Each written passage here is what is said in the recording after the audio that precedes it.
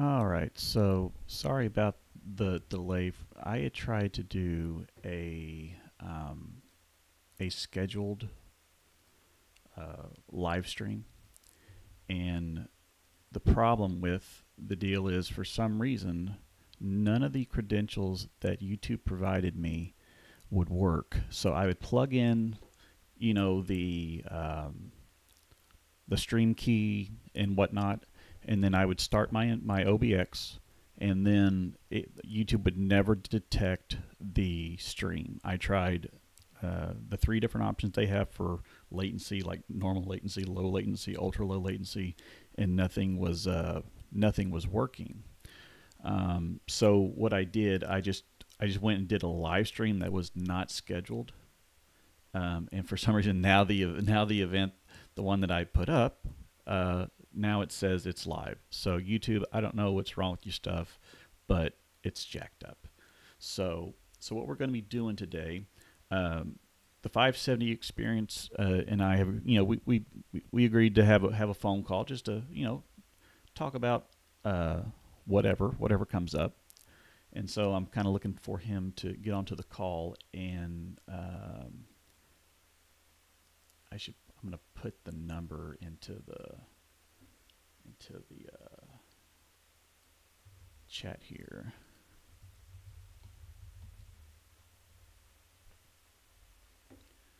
So we'll give the 570 a moment to pop in here, because the stream was supposed to have started at 11, and like I said, I've spent well over 10 minutes fighting YouTube's freaking streaming systems. So we'll got to give Josh just some time to kind of pop in here. Let me get this window moved. But I hope everybody's having a good Saturday. I've had a busy week, between the job and the side work and everything. You know how it is. Now, is the audio coming across well, or do I need to bump it up? Is it too much?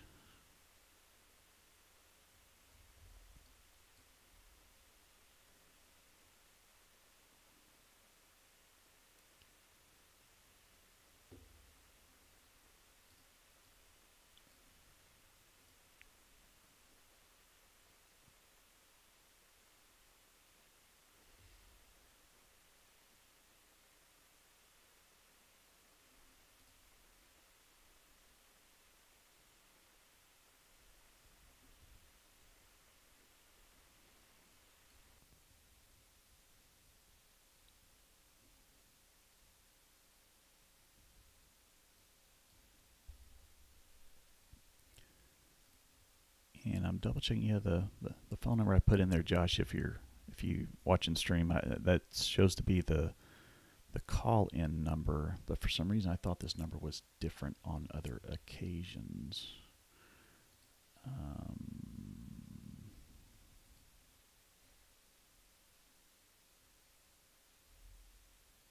Maybe they changed the number. Who knows? But yeah, we'll give Josh some time to pop into the chat. Like I said, there's nothing that's really on topic to discuss. He and I are just going to kind of just play this by ear, see what comes up, see what we can get into. Looking for some positive discussions.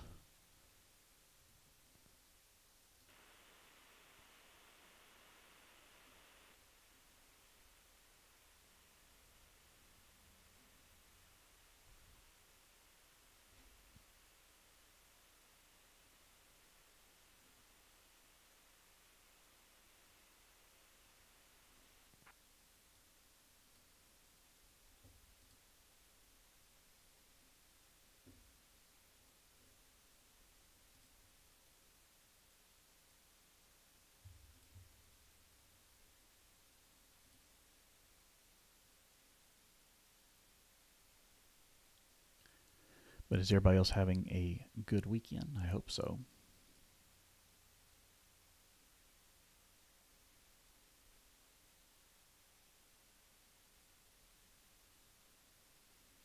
Good to see Chris in the chat. Good to see John in the chat too.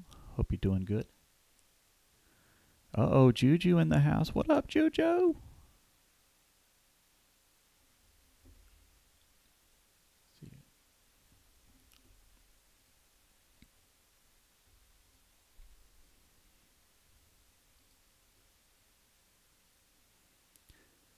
Yeah. Now I've had the beard for 4 years. I like it. You know, wife loves it. When I was young, I always had a mustache, and I never tried to grow the beard. But when I let it grow out, it turned out pretty well. I tend to catch myself admiring other people who have beards. So, like, if I see somebody somewhere, uh, with a good beard, I'm going to compliment it. How's the keto diet going? The keto diet is going fantastically. Uh, I have to weigh at noon because the way I'm doing my keto diet is that I will fast from the time period of 8 p.m. till noon the next day. And then anytime from noon until 8, I'll have at least 2 meals.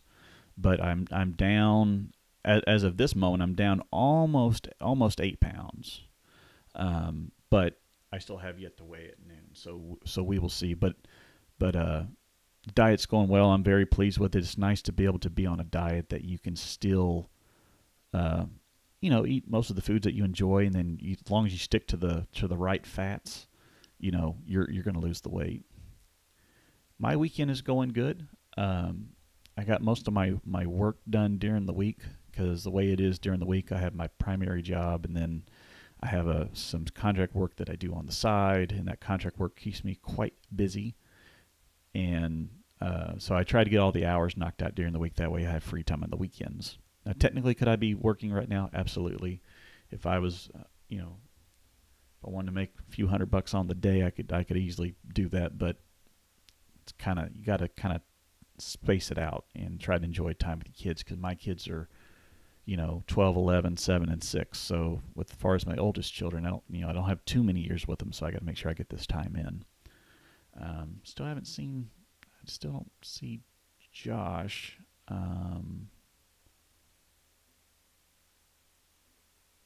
Because he said 12 Eastern, so that's 11 here. So just waiting on him to get into the deal.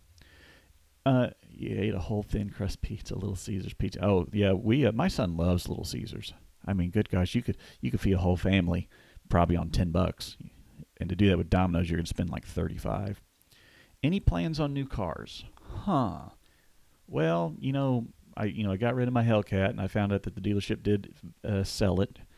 So it is sad for the Hellcat to be kind of out of my life. I do miss the car. I really do. That car was a thrilling experience.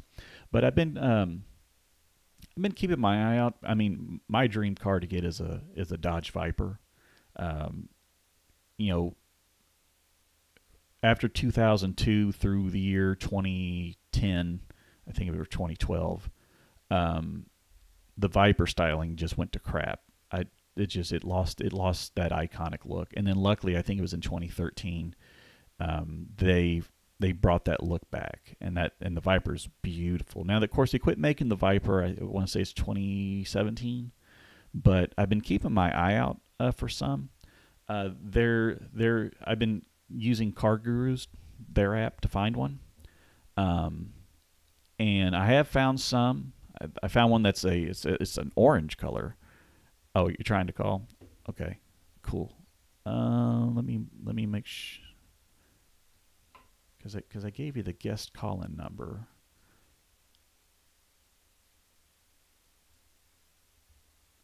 Oh, that RS3 is pretty sweet. I haven't seen one in person. And Josh, I'm going to make sure I gave you the right number, because for me the call-in studio says the number I gave was the right one. But let me do this real quick. Will it let me do this? I'm going to try to. I'm going to end the show or take it offline, and then I'm going to bring it. We are back. sorry, but the show has ended. Goodbye. Where's my numbers? So bear with me here, Josh. Okay, so I'm gonna start the show back, Josh. They gave me a different number to try. Try this one. I'll put it into the chat for you.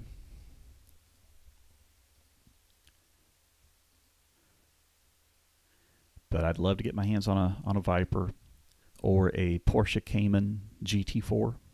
That is another Beautiful car. The Porsche is quite tempting, though. I ain't gonna lie. The Porsche is very tempting because that GT4 package is it is sweet and crap. You're gonna hear me dialing a number here because I have to call back in. So Thank Studios host and call screener line. Please enter your show number and press pound. Enter your 6-digit PIN number. all right, this should Welcome, finally get me host. set up here. You are now in the host room and can manage your callers from the call-in studio web interface. I had my phone connected to the call-in studio, but then I stopped it so I could get the restart, so they'll issue me a new number. So Josh, if you try that number now, I believe it'll let us in now because it seems like it's working now.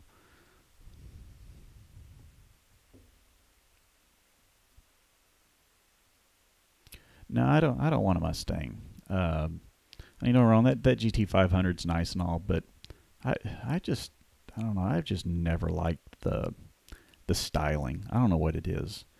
The way that hood curves to me just looks weird, and yeah.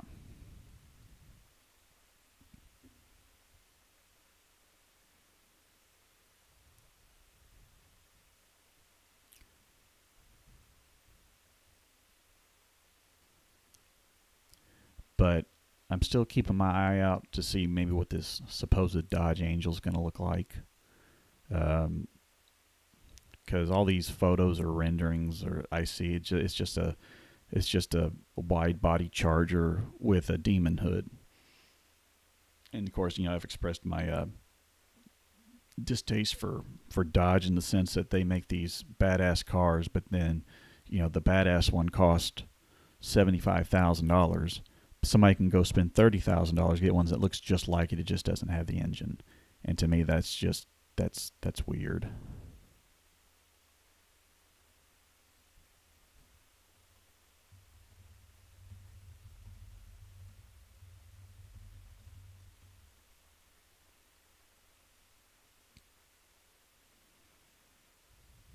And then supposedly there's somebody talking about was it Driveway Demons that said that the Viper may come back.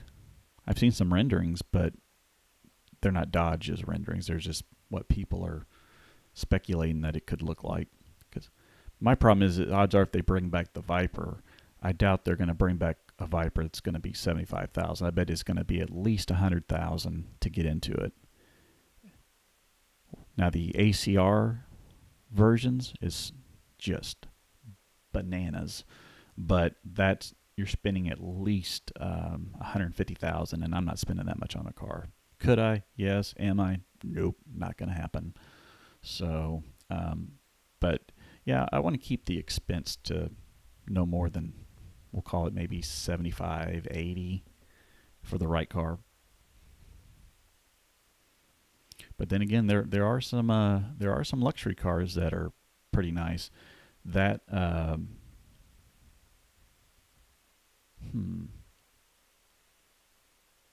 let me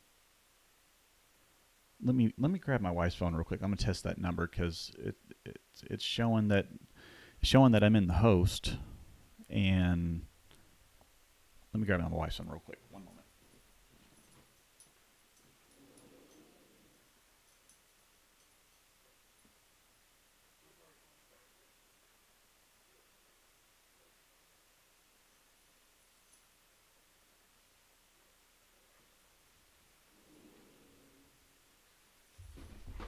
Sorry, I grabbed my wife's phone to test that number, Josh, because that's the number, that 469 one. It's the same one that it gave me on the last one, so I'm gonna try calling it myself just to see.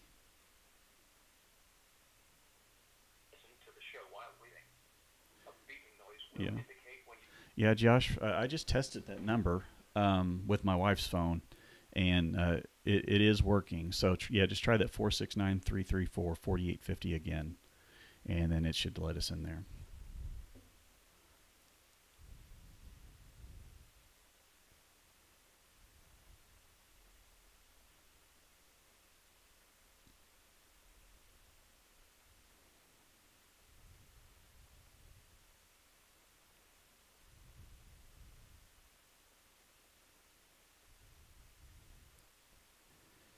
Now, have any of y'all seen that Porsche Cayman GT4? Now, of course, when I say this, I mean the 2016 year model for that car. I've never liked Lexuses. I don't know what it is. That front little weird angles they have for between the colored panels and then the dark body panels. That's it. Just to me looks weird. But I can't remember if I said this already. But the luxury car I wouldn't mind is it's the new Lincoln Navigator black label. Of course, for me, I would like the long wheelbase for the family, because that car, oh my gosh, that thing is so beautiful. And then I don't know if any of y'all saw the clips from some of the auto shows. They had that Navigator with a door that would open like the Tesla Model X, except it would be the front and the back door would come up, and then it would have steps that would pop out, and you just go down the steps to get in it. And it was just, yeah, it was great. But they didn't end up doing that in production. I so wish they would. Could you imagine somebody pulling up in a parking lot and then like half the car just flips open to the sky? That would be crazy. Nobody has that. Okay, so now there is one car that I would get, but it's only based on the looks because we don't know what the numbers would be. Genesis has a concept car currently out that's called I think it's called the Essentia. And it is, yeah, it's got gull-wing doors like the McLarens, and it is just fantastic.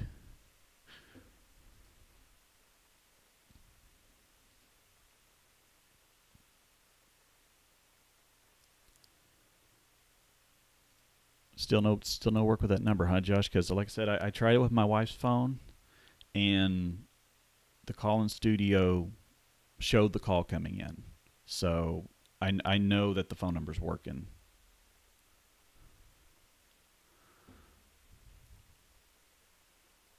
So Juju, what did you see at the Chicago Auto Show? It says it cannot be completed at this time. Okay, so I'm going to try to do this without causing a feedback loop, but we will see here. So 469-334-4850.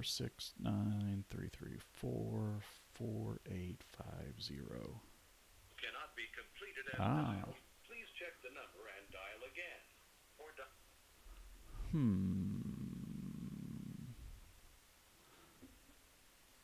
I'm going to take the show offline. Okay, we'll end it. We are sorry, but the show has ended. Goodbye. Go back to my shows. Post show. Yeah, 469-348.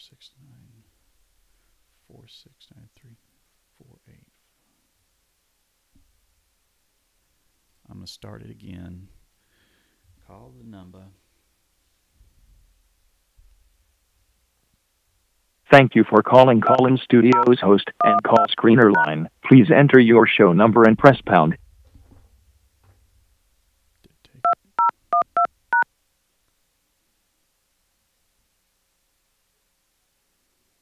Come on, Call-In Studio. Try it again. I don't know. I guess maybe Call-In Studio is having problems. Thank you for calling Call-In Studios host and call screener line. Please enter your show number and press pound. Enter your 6-digit PIN number. Welcome, host. You are now in the host room and can manage your callers from the Call-In Studio web interface. Okay, so 469-334-4850.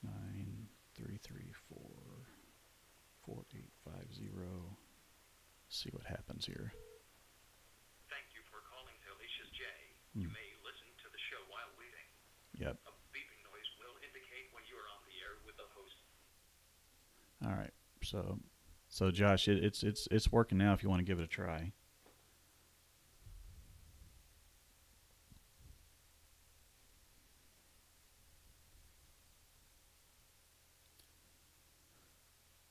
Oh, so you're gonna go to Motorama. That sounds like fun.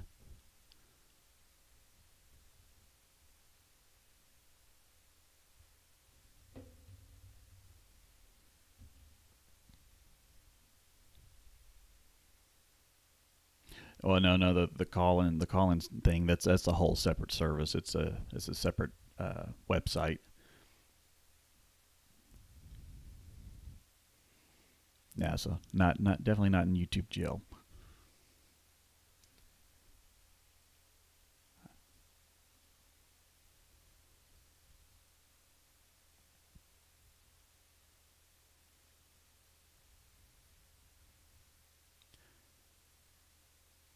The Monkey app. What's the Monkey app?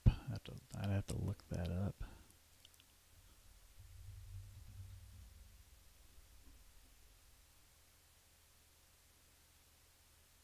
Oh, to connect to random people. Okay. It's kind of like a LinkedIn, but yeah, we could do a live one. I think because I believe I set it for just normal latency, which would let's see here. Actually, I don't want to be distracted. I want to make sure that I get his call if it comes in. So let me put this in another window.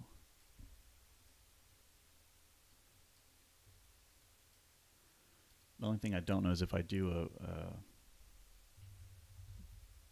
like a Google Hangout or something. I don't know. I don't know if I would get a feedback loop if I did that.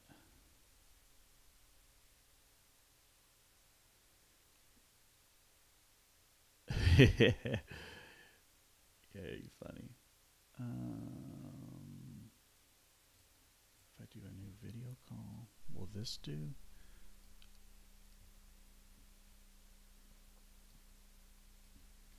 I'm still gonna give 570 a moment there to see if that number works. Because like I said, I just tested it with my wife's number, and I'll test it again. And I'll put the speaker here. Thank you for calling to Alicia's J.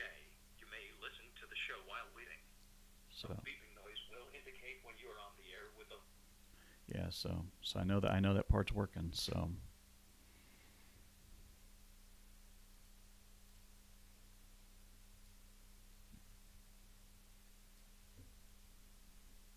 oh, that's using that webcam. It's not using my other one.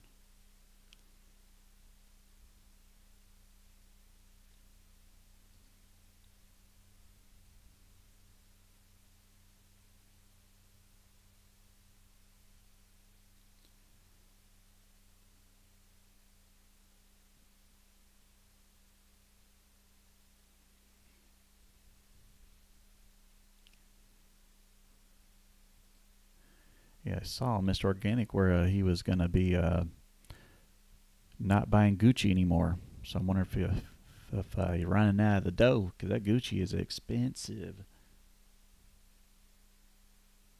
But what I think actually happened is that he probably tried to reach out to Gucci for some sort of sponsorship, since he's always kind of wearing some of their stuff in his videos, and maybe they turned him down and he got mad and said he ain't going to wear it anymore. I mean, kind of would make sense. So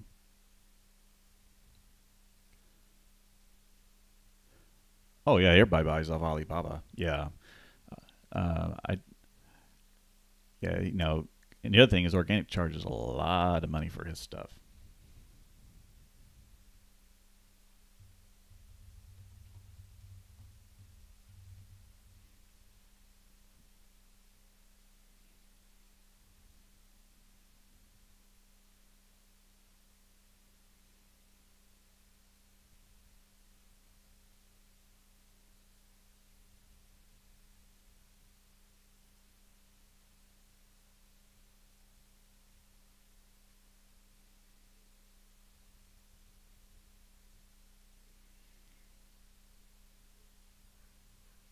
Yeah, I bet that's what it cost. I mean, some of those you can actually find on Amazon.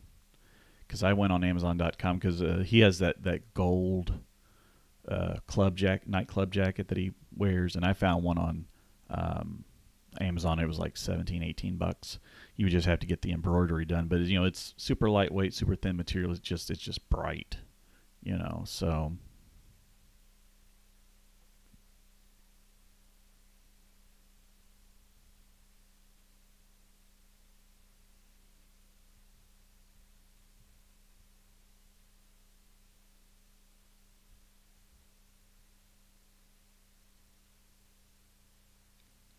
I'm trying.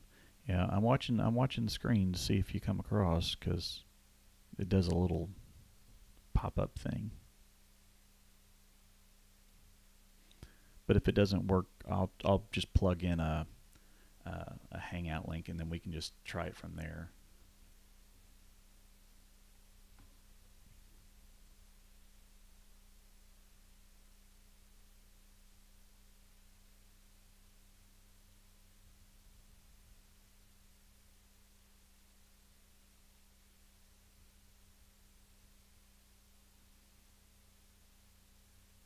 Oh, you gotta be careful on the Juju about using his logos, because you might get in some copyright stuff doing that, bro.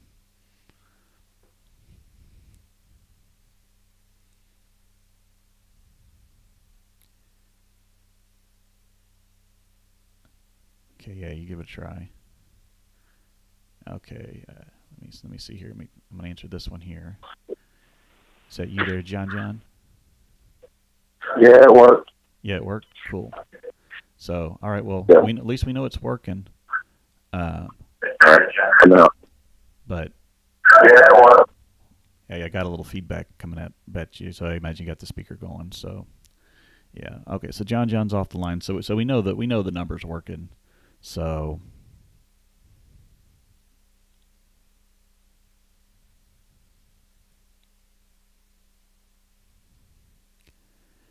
There's a few, Juju. There's some words that Organic can't spell either. Like he put out a video, and the word was bought, and he kept saying brought with an R. He's like, I brought it. And everybody was like, dude, that's the wrong word, bro.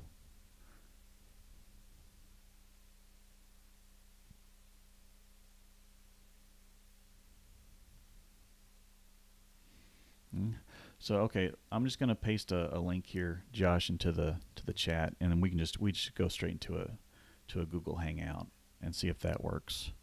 So I'll take the call in studio offline. We are sorry, but the show has ended. I don't know Goodbye. I don't know why that thing wouldn't work for Josh.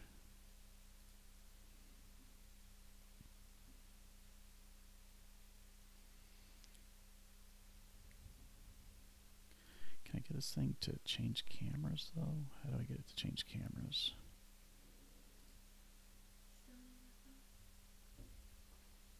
Let's see if I can get...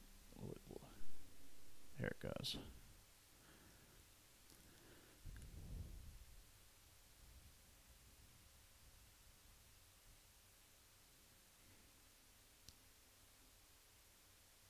You just miscalled me.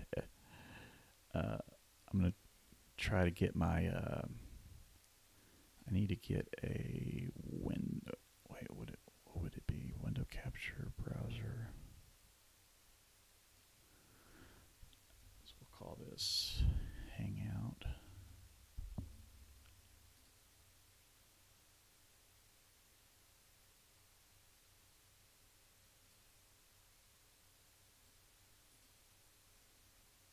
All right, so we're going to be a stream, a stream within a stream. No link to an invite.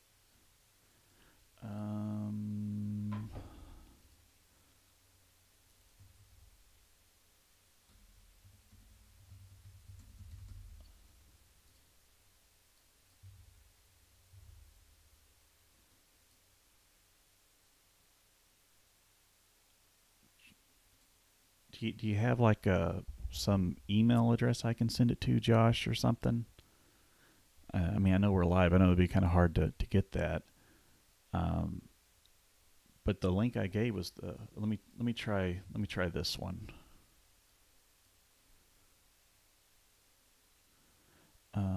Where's my chat window? I mean, that's what it shows for me. That link I just pasted there. That's a 570 experience. See, when I put 570 experience in it, just as like because it says to invite people, it says to enter a name or an email, and I put in a name, and then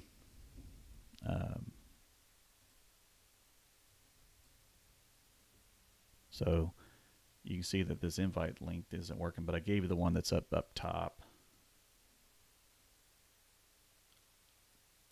Or Josh, if you want to create the Hangout and just send me the email to Jordan@HellaciousCar.com.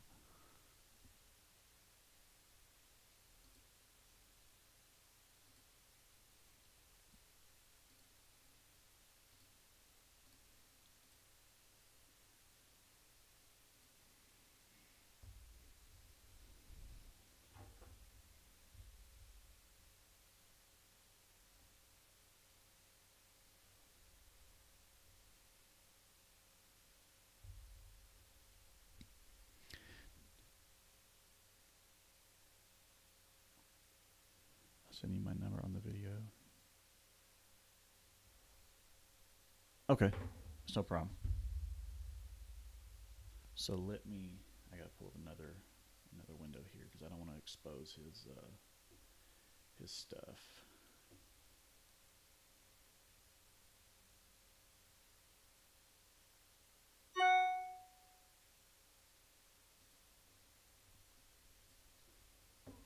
Whoop, didn't mean to do that.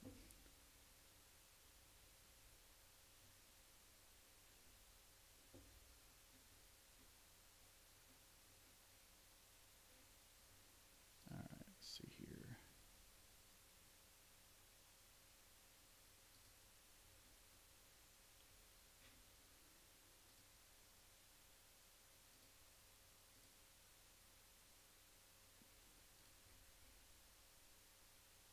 All right, so let me copy that, and then I'm deleting it right now, Josh.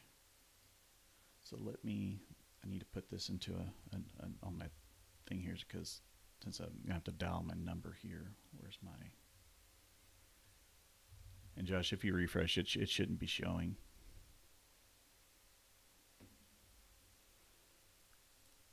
All right. So I'm going to ring up...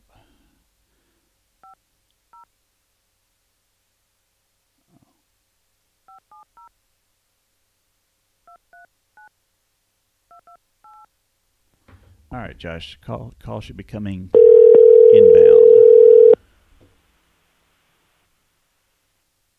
Well, Hey, Josh. hey, how you doing? Doing good. How about you, sir? Sorry about the all the crazy crap with this stream. I don't know the mix-up. It just wouldn't let it go through. I guess that has like a small time frame or some sort of window I was missing. Yeah, but you doing all right, sir? What's that? Oh, I asked if you were doing okay. Oh, yeah, I'm great. Cool. I wanted to say first, and congrats on the new job, because I saw you, or it was somewhere on your channel that you'd, I guess, got promoted or a new job or something. So congrats on that. Oh yeah, I appreciate it. I don't usually talk about work on my channel because I'm in law enforcement, and a lot of the stuff I do is like borderline violation of the code of ethics as far as my job. So even some of the videos were, like I did a video where I was driving 160. I took it off just because of what I do. Yeah. You don't want something like YouTube causing you to lose a good job. You know what I mean? Right. And the Paul thing kind of scared everybody and made you rethink your content. Yeah. When that whole Paul thing went down, because it was like it might have been 2 days before the Paul deal, and my mother-in-law's like, you should do a video with the kids, I was like, and I was thinking about, it's like, okay, that would be kind of cool, but I didn't put too much thought into it. But it was literally 2 days later that Paul got arrested, and then when I saw the video about the one that I guess that got him the child endangerment charge, I was like, holy shit. But like the one thing about his video though, he had her sitting in the seat normally. She wasn't in a booster or nothing, and that maybe that might have been what they used to really hit him hard on. Well, some states have an aggressive driving law that they could ticket you with. I know because his kid is about the same age as my kid. Now, my kid sits in the front seat because in Pennsylvania, the age is 8, as long as the kid can sit in the seat, wear a seatbelt properly, and my kid's tall, so she can. She doesn't need a booster seat, things like that. So I'm assuming they got him on the aggressive driving little loophole to where they can get him for child endangerment too. Yeah, because I mean he was getting on it, but it's kind of weird how they how the law is written, because it's almost like just accelerating by itself is borderline aggressive driving, at least on speed.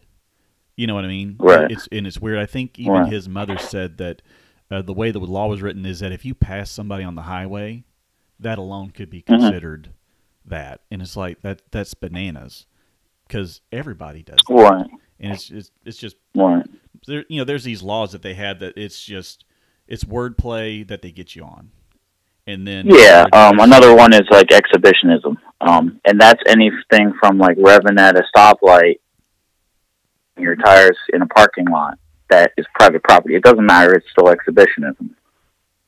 Yeah, because that people get popped for exhibition acceleration here in Texas a lot. The loud exhaust isn't really that big a deal, because there's some people who had cars way louder than my Hellcat, and cops never touched them. Of course, California's a whole nother issue on that, but for here, the cops are pretty loose. They don't give anybody grief about having lifted vehicles. I know some states or cities have ordinances on how much your car can be lifted or how big the tires can be. Some of them have really strange laws about vehicles. Right. Yeah, we have a lot of laws that they just don't enforce, mainly because people don't care. Street Speed gets it a lot because he's from Pennsylvania too, and his tires stick out like 6 inches past the fender on both sides, where he should have fender flares, and he doesn't because he likes the stance of his truck the way it is. Right. So he gets jacked for that a lot, but then they always give him warnings, So it's just like one of those things where, like, if the cop doesn't agree with the law, they're just going to give you a warning because they have to. Right. As long as everything else checks out okay, and as long as you're not being rude to the cop, then he'll cut your brake. Yeah, and that's another thing. Like tint laws is another thing here. 30% here is ticketable. Everybody tests that line. It's just the cops don't agree with it either. Yeah, I mean, of course, my night vision is not that great due to LASIK eye surgery I had 14 years ago or around that time. But the kind I had, they had to actually make a cut on my eye, and so I have scar tissue. So my night vision isn't great. So I like when people like you should put 10. When I had the Hellcat, they're like you should put 10. I'm like, nope, no, this ain't gonna work. Night vision already kind of sucks, and last thing I want to do is get into a wreck because I'm trying to have a cool looking car. But I have friends who have Corvettes and whatnot, and it's dark. I don't know what the ticket is. I bet it's probably a $300 ticket, I would imagine. But yeah, they get probably popped quite often. Yeah, and to me, if that's going to be the case, it's just not worth having tint on your windows at that point, because you feel like everybody's watching you. So I mean, like you'd have to really play it by ear. They never give me crap. I've never even been checked. My windows are pretty dark as it is, but they actually just match the back. I just had the fronts to match the back, so everything was kind of even.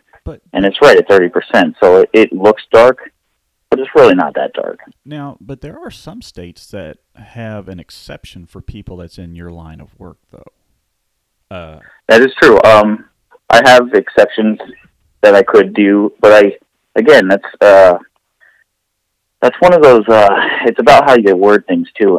And now I have a dash cam in my car, so definitely I'd be protected as to what I said towards a police officer if I was pulled over for something like that, because you can't just come out and say, hey, listen, I'm so-and-so, I work here, cut me slack. You can't say that. What you can say, though, is, I was just heading to work. Mm-hmm. Then they're going to say, where do you work? Right. You know what I'm saying? You didn't bring it up. They did. Right. So that's the difference between, like, a code of ethics violation and not a code of ethics violation. Right. Well, cool. So I know we didn't set any topics, so I didn't know what you want to jump into. I'll let you lead with that, and we'll just play it by ear. Well, yeah, I see you guys were talking about cars. I'm cool with that. Like I said, I'm going to go to Motorama tomorrow. I've never been to any of the big car shows. Now, I keep my eye out at like what's posted like on the web, because like I was saying earlier in the chat, every time I see a dang Porsche GT4, I just get a boner because that thing it's a beautiful car. And I mean, it's not a 911, but the 911 sure don't look like a Cayman GT4, unless you go up to the to the maybe like a GT3 maybe. But if you do that, you're well into the 150s. Or actually, no, I'm wrong. Now you're in Texas? I'm sorry. You're in Texas? Yeah, I'm in Central Texas. Yeah, just outside of Waco. Oh, you get a lot more. You get a lot more events than like we do around here. Like you have to wait for weather and stuff like that. If I wanted to go to like a half-mile race, I'd have to drive a couple hours south just to even like come close to even getting anywhere near one.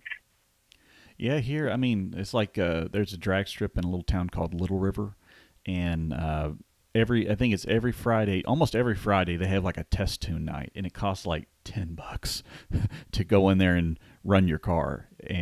But now it's eighth miles, not a quarter. But as far as the racetracks, I mean, there's actually a good number, especially now if you go north towards Dallas. Yeah, Demonology runs up there. So we have plenty of tracks.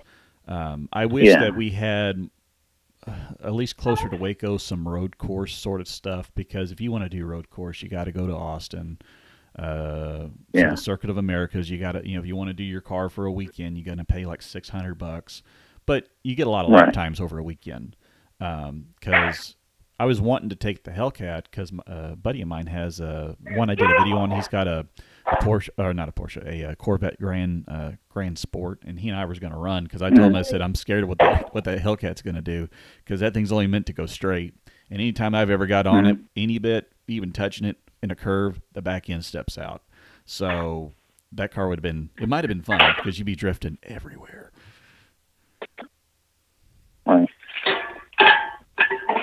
Now, for me, like I've done some racing with mine. But for me to go to the track, it's 2 hours away. I gotta 2 hours down, 2 hours back. I want my car to cool down a little bit before I race, and I gotta make a day of it. So it's more of an adventure. And some of I've talked about this too on my channel. I feel, and this is my personal opinion, the more work you put into a video, the less appreciation goes into it as far as people watching it. Because and I ask you to do the same thing. Look at your analytics. I've already proven this many times. Your subscribers don't watch your videos. Right. Not in the number that shows up on the Google suggestion page.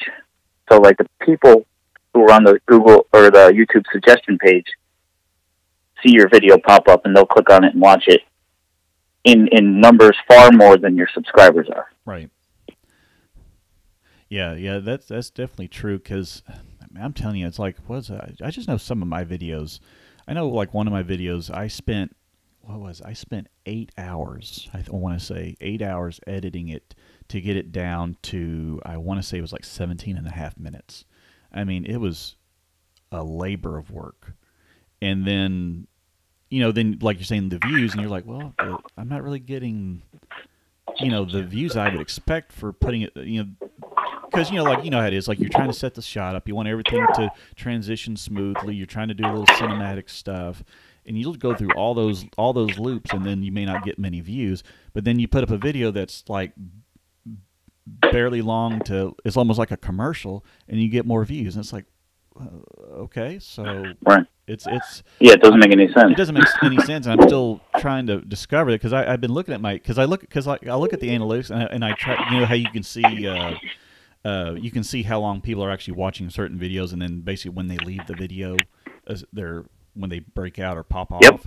And I'm so my average is this particular number, but I'm but that doesn't mean if I we'll say the number is a 4-minute drop off, and then it doesn't mean if I make a 4-minute video I'm going to get views though.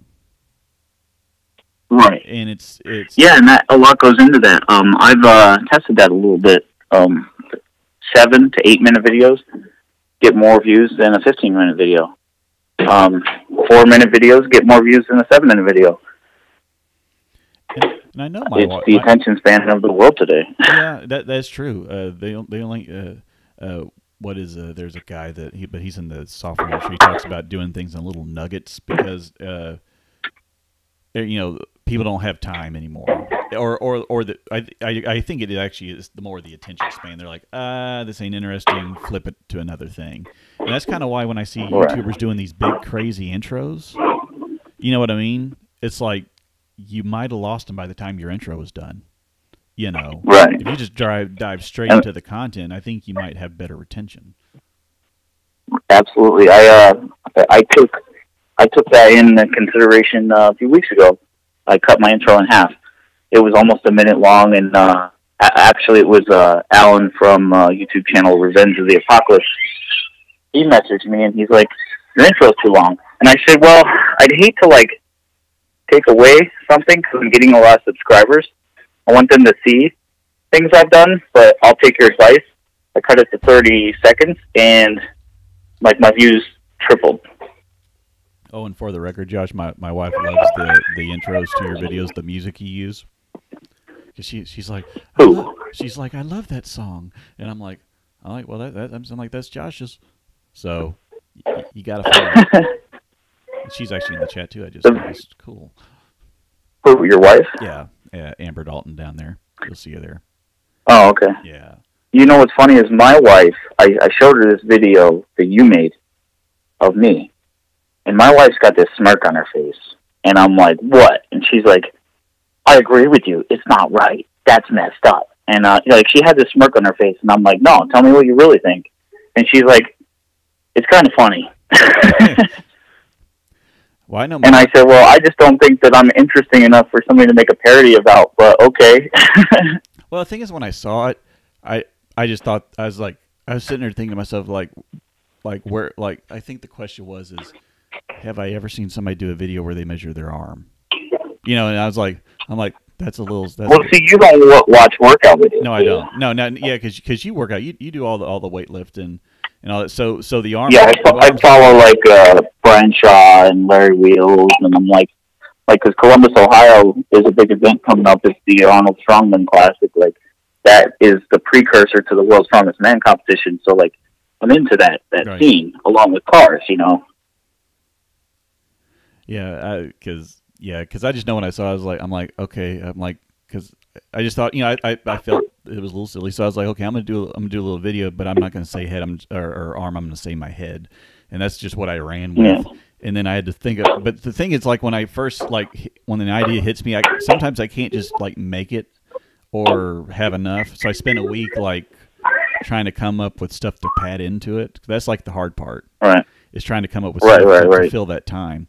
Now, Mr. Organic. Again, if I was more interesting, you'd have more content. Yeah, well, see, Organic. He's always doing something weird. He's always saying something silly or stupid, and so it's like Donald Trump. It would be like that kind of caliber because if you look at Saturday Night Live, they make fun of Donald Trump all day.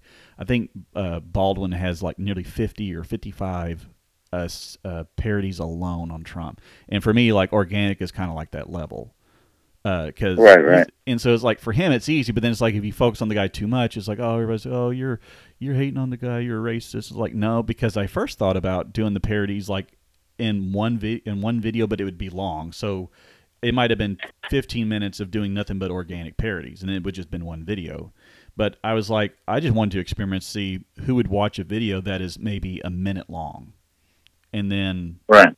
It kind of happened. Of course, given it is organic, it's you plug that, so you are kind of you're piggybacking off the name and the attention you're probably going to get for it. But that's a part of getting the views. If I honestly think you got a lot of views considering the amount of subscribers you have. You got a lot of views, percentage wise. Like me personally, at almost 1,000, I have a general rule: if I do a video. Or a couple videos. I usually do a couple to see how they do. If I don't get 100 views in 30 days on that particular type of video, I go in a different direction. Yeah. So you got quite a bit just on a parody about nobody, which is me. Well, you're not a nobody. So, just for that. Now, what was I going to say? I blanked out. Fuck. I hate it when I can't remember shit. I think the age is creeping in. I'm about to be 35, Josh. So I think you and I are about the same age. How are you? I'm 34. 34. Well, see, I'm 34 now. So yeah. April is it's a little bit of a milestone. Halfway into that bigger number that I'm trying to stay away from because I don't know what happened. Yeah, I'm getting old, Andrew.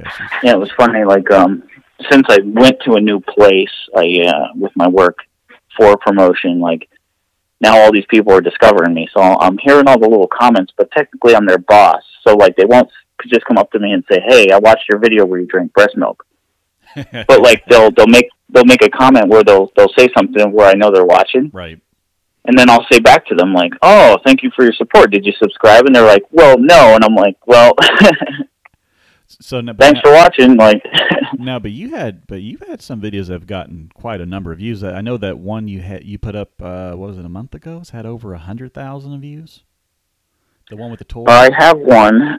I put it up, I want to say in August or September. And it's my first video to 100,000 views. And as I'm getting ready to make a video about my first video to 100,000 views, it's approaching 200,000 views. So it's going crazy. It's over 250 now. And that was just one of those, like I was telling you, like I didn't put no thought into it. I grabbed this toy off the shelf. I showed my daughter. I scared her. It worked out. The video's 16 seconds long. I didn't even end up buying that toy that day. I put it back on the shelf, and we came back later and bought one, but it was part of my rule, like, film everything. You know, you never know what people are going to want to see. Yeah, you never know. But the one thing about that video, though, it's weird. It's kind of like, because like in that video, I don't think you have that many comments. I was like, how it's weird to have such high numbers on views and then not as many comments. You would think that the two would coincide. You know what I mean? I have a theory on that, and you might check into this after I tell you this. But my theory on that is a lot of people nowadays are watching YouTube on their TV with a Fire Stick or whatever, because I do the same thing sometimes. Yeah. The other day, I was going through, and that video popped up. So I clicked on it and started watching it through my TV to show my daughter. And your cards don't come up in the video when you watch it on your TV, which is another thing that I'm upset about. So, like, the links to your other videos aren't going to show up. But it's like there's not that there's no ads, but there's less ads. So I think people are starting to do that because they're not being bothered with ads for every video. Yeah, that makes sense. Because like I have like a Roku and like we'll put YouTube up through there, but I think they only give you like the thumb up, thumb down option. I don't even think they give an option to comment. Right, and that's what I'm thinking. Like, you can't comment on a Fire Stick YouTube app, so that must be where a lot of because my analytics say it's all coming up on the suggestion page. 99% of those views are coming up on YouTube suggestion page. So I'm thinking, yeah, when they're going through looking for something to watch, they see this pop up on their screen. Yeah, and I also wonder, well, see, if it's Roku and they have a YouTube app, I don't think they're subject to the FCC. I don't believe they would be. I was sitting there thinking if there's like some legal reason because of the you know how comments can be that people believe. And I'm wondering if there might be a legal restriction or something or a contract. You know, I'm still confused about how some of those comments get flagged because just the other day I had somebody who's been a subscriber for a couple months, and all they did in a video of mine was message me and say Happy Valentine's Day. And it went into my spam section of my Creator Studio. Like, I had to actually go into my browser, look at what comments have been flagged in the last couple of weeks, and that's where it was. And I'm thinking to myself, like, why would this get flagged? Right. I wonder. But yeah, as far as viral videos, I think you just gotta film everything. You never know what people want to watch. Even though my channel started out as a car channel, I started doing product reviews. And if you look at my biggest videos and go down from the top down, the top 8 are all product reviews. Now, one of your recent videos I actually looked into and did. It was the one about the unclaimed money. Oh, yeah, yeah. And I went into the Texas Comptroller's one, and sure enough, there was like I just got the check. Do I have it? I should have it right here. Well, there you go. Yeah, there's video content for you. It was like $90, and it was they call it unclaimed property. So I was like, cool. But yeah, I literally got the check the other day. I think this is it. Is this it? Yeah. Right? Mine turned out to be. Yeah. Are you there? Right there. Yeah, I'm here. Mine turned out to be, after I looked into it, an insurance check. I was rear-ended. I used to have like a Mitsubishi Galant that I would take back and forth to work. And I stopped at a red light, and this lady bumped my bumper. I get out, and there was like a little crack in my bumper. We exchanged information. And then like it turned into like this argument between my insurance and their insurance, because like my insurance was saying it's worth this much, and their insurance is like, well, we're not going to pay that much. It's just a cracked bumper. So I'm mad at my insurance that they didn't do as much as I thought they should. So I left my insurance company, paid for it out of my pocket. Well, it turns out they settled it without me, and that's what they came to. It was like $1,138 or something like that. And then they never pursued trying to get a hold of me, and that money just sat there. Wow. That's strange that they... You would think there'd be some law or something that would require them, though. That's what I was thinking, because another part of that is, where is this money sitting? I'm sure it's sitting in some sort of interest-growing account. Definitely. And if that's the case, I want a piece of that. Yeah, definitely. But I thought that was... But, how would you prove it?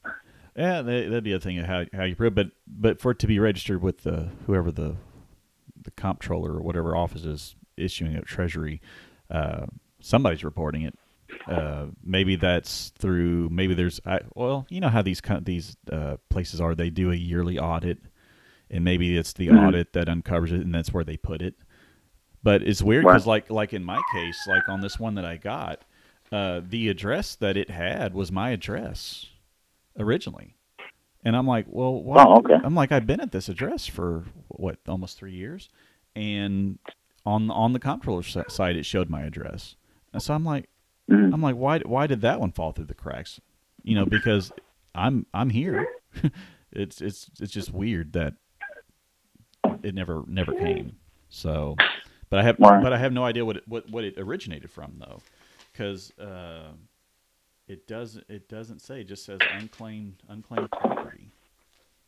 So I don't know who the originator was. That I was having this discussion at work with somebody who said they watched me, but they were like, how do you have almost 300 videos? Like, where do you get your ideas from?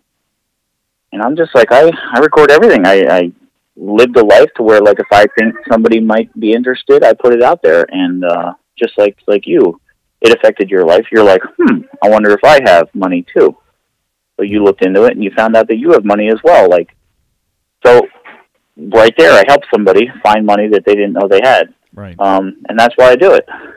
I think the hard part is trying to stick to a certain genre or category of content. To me, that seems to be hard. Because, like, when I had the Hellcat, I was like, do you think that's important, though? I don't know. Because, like, with the Hellcat, it's like I had fun doing my videos, but I'm not dropping $1,000 a month into mods or other things. So it's like I hit the plateau early. And then I'm like, well, what else am I going to do? Oh, I can go do the... Now, I don't know if you follow John Doc or JD Joyride. No, I don't. To me, they're probably the truest car channels out there. John Doc, probably one of the fastest YouTubers as far as car channels. He has a Camaro that just does 7 seconds, and he trolls people because he never puts his time on his car. He doesn't let them see his ET slips, things like that. So, like... And then JD Joyride makes these videos that are just movie quality. Like, he puts a lot of time and effort into his videos, and he doesn't get the appreciation he deserves. Neither one of them do. But then there's people like, it's just a 6 who straps a camera to his head and goes out there and does some street racing, and, 300,000 subscribers. It's just crazy. So, like, see how many views he got when he raced that old man? Right. 4 million views.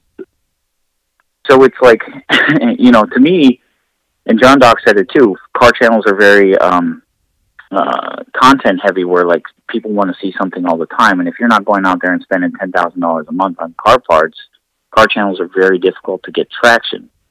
So I took his advice, and I'll show you an example. Again, I don't mean to pick on anybody in particular. I'm just showing you an example. But, like, Gregory Salvatore and I started YouTube around the same time. And we have very similar channels to begin with, but then I ventured into touching other genres with either video games or product reviews, where he stayed true to, like, car stuff.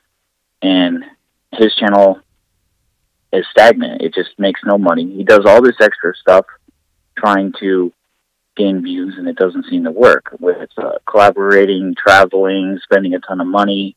Now he's ventured into having a model on a car, but he does like social clubs, Facebook, Twitter. Like, he does all these extra outlets, and I'm just a guy who doesn't like sex offenders making videos with my phone. Yeah, you know. Yeah, it's almost like there's no template to success on YouTube. Now, but like now, let's say you take Tall Guy Car Reviews, for example. You know, he'll do an event or a day with somebody, but he splits that one day into 4 videos, and that's how he's making his content. And it's like, so part of it, when you see the next video is just about the same guy before, you're like, okay, so why didn't we just do one video? But that's like his hack to get around it. But I think even he's starting to plateau, maybe, because I mean, because, you know, I've talked to Corey. Corey's a good guy and everything, but even he'll tell you he doesn't know nothing about cars, and he doesn't. And, you know, he's actually, I think he said his wording to me was that he's the first YouTuber in history to have a car channel where he actually doesn't focus much on the car other than how it looks, how it feels, how it drives. And it's like those. I mean, and don't get me wrong, most people that's kind of what it's about. Because I mean, like if I got into a Lincoln Navigator today, I'm be like, this thing drives nice. I'm not going to be talking about that whole engine. So maybe he's appealing to a different group of people that we assumed would be who would want more intimate details. And I think that's what it is. But Lord knows, I don't know. But it's almost like it's just weird. It's almost like you're like trading currency and you're just waiting for it to spike and then cash it out and it'll go back down, and then we just find something else to do the same thing with. It's just it's a weird grind. It's very weird. I enjoy doing the videos though. I used to watch Corey until I found out he was a convicted felon, and then obviously I had to stop watching him. But to me, what sells his videos, what sells his channel, what people tune in for is the fact that he's got the personality. Yeah. Like his reaction, his demeanor. That's what sells his videos. That's why people watch. Yeah. Yeah, because he's definitely an entertainer, and of course when you have him and Organic together, they have good numbers. I did some research into some of the videos that he had when he didn't have Organic, and I think the numbers actually were lower. I'd have to go back and double check, but there was like 3 videos that Organic was not in, and like all the numbers were down. But the other thing is, if you look at Organic's channel, if his videos by himself, he gets views, but it's not the numbers he gets when he's with Tall Guy. So they have some sort of gentleman's agreement or partnership somewhere in there. But the thing is that Organic talked about he was going to step away from doing car stuff. He said in one of his videos, and then the next video he put out was him doing a review of Tall Guy. I'm like, I thought you said you're going to step away. And he got mad at me. Right. He's like, I know what I said. I'm thinking, well, okay, if you know what you said, you wouldn't be doing the car content. And I think with him is that most of his content he puts out, I don't know if much of that actually can be monetized because of things that he says and that he does. Right. So, and that could be it, because he does a lot of live streams, and I guarantee that's how he's paying the bills, because he doesn't have many ads. It's funny you bring up monetization at this point, because like what you're doing now, I considered doing a live chat like this before, and then I started watching videos of, they're basically like compilation videos of people who used to run live chats, and then you'd get people who would just troll them and call in and just start cursing as soon as they answer the phone. So did you consider that when you started doing this? Do you run through a server that would filter out obscenities? And so, well, the service I use is callinstudio.com. Now, so basically you go in there, you can buy a number, and they do have a thing to where you can ban a number. But that's about as far as you can get. So it'll if you turn on the feature for auto screening, it'll automatically drop those calls. But it's like they charge you like each time that it works or that they do it. So now I did think about the whole people trolling, because I watch Organic's live streams, and probably 90% of the people that call into his live streams are trolling him. And and then that's what the whole thing becomes about. So it's really hard. But like now, if I had more professional setup or software, I could easily just gave you a number. You know, if I if I Snapchatted it to you or something, I'd be like, hey, here's the number, and then nobody could troll me. But at least with this system, I have to select the call that I'm going to accept. Now, do I know who's on the other end? I have no idea.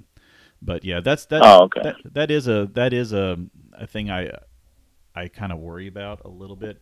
Now, the last stream I did where that one troll popped in, I was actually hoping to get a troll on the phone. I was actually hoping to get many because I wanted to pick the brain to see, you know, well, what motivates them. You know what I mean? What really it is. And, you know, they wouldn't have to show their face or anything. I just wanted to see what they were about. But, good gosh. I actually wanted to comment on that. You were asking people about their favorite trolls or what you think. I have a troll that I do watch on YouTube that, to me, is hilarious. It's in the video game genre, but this guy has a channel, and his name is Xbox Criminal. And he basically plays video games. He never says anything. He always, like, connects his headset so it shows that he has a mic so that people will talk to him, but he never says anything. And he will just mess with their game. And usually it's like a team game where it requires, like, everybody to work together. And he will just sabotage his own team to get people mad. And it is funny beyond belief. And these, you know, you have kids calling him kid. You have people saying, like, you know, you're living in your mom's basement, you 40-year-old virgin, like, and he never says anything. He just uses either text chat or, like, he'll go on there and he has, like, an animatronic voice that speaks in reaction. But, like, those videos are hilarious, and the more he gets a reaction out of people, the more he does it. Well, like, the thing is, I have some, like, weird ideas or stuff I want to do, like, parodies on, but, like, one of them would be, like, I think I was going to title it Trolling in Public. But you know, that would not turn out well.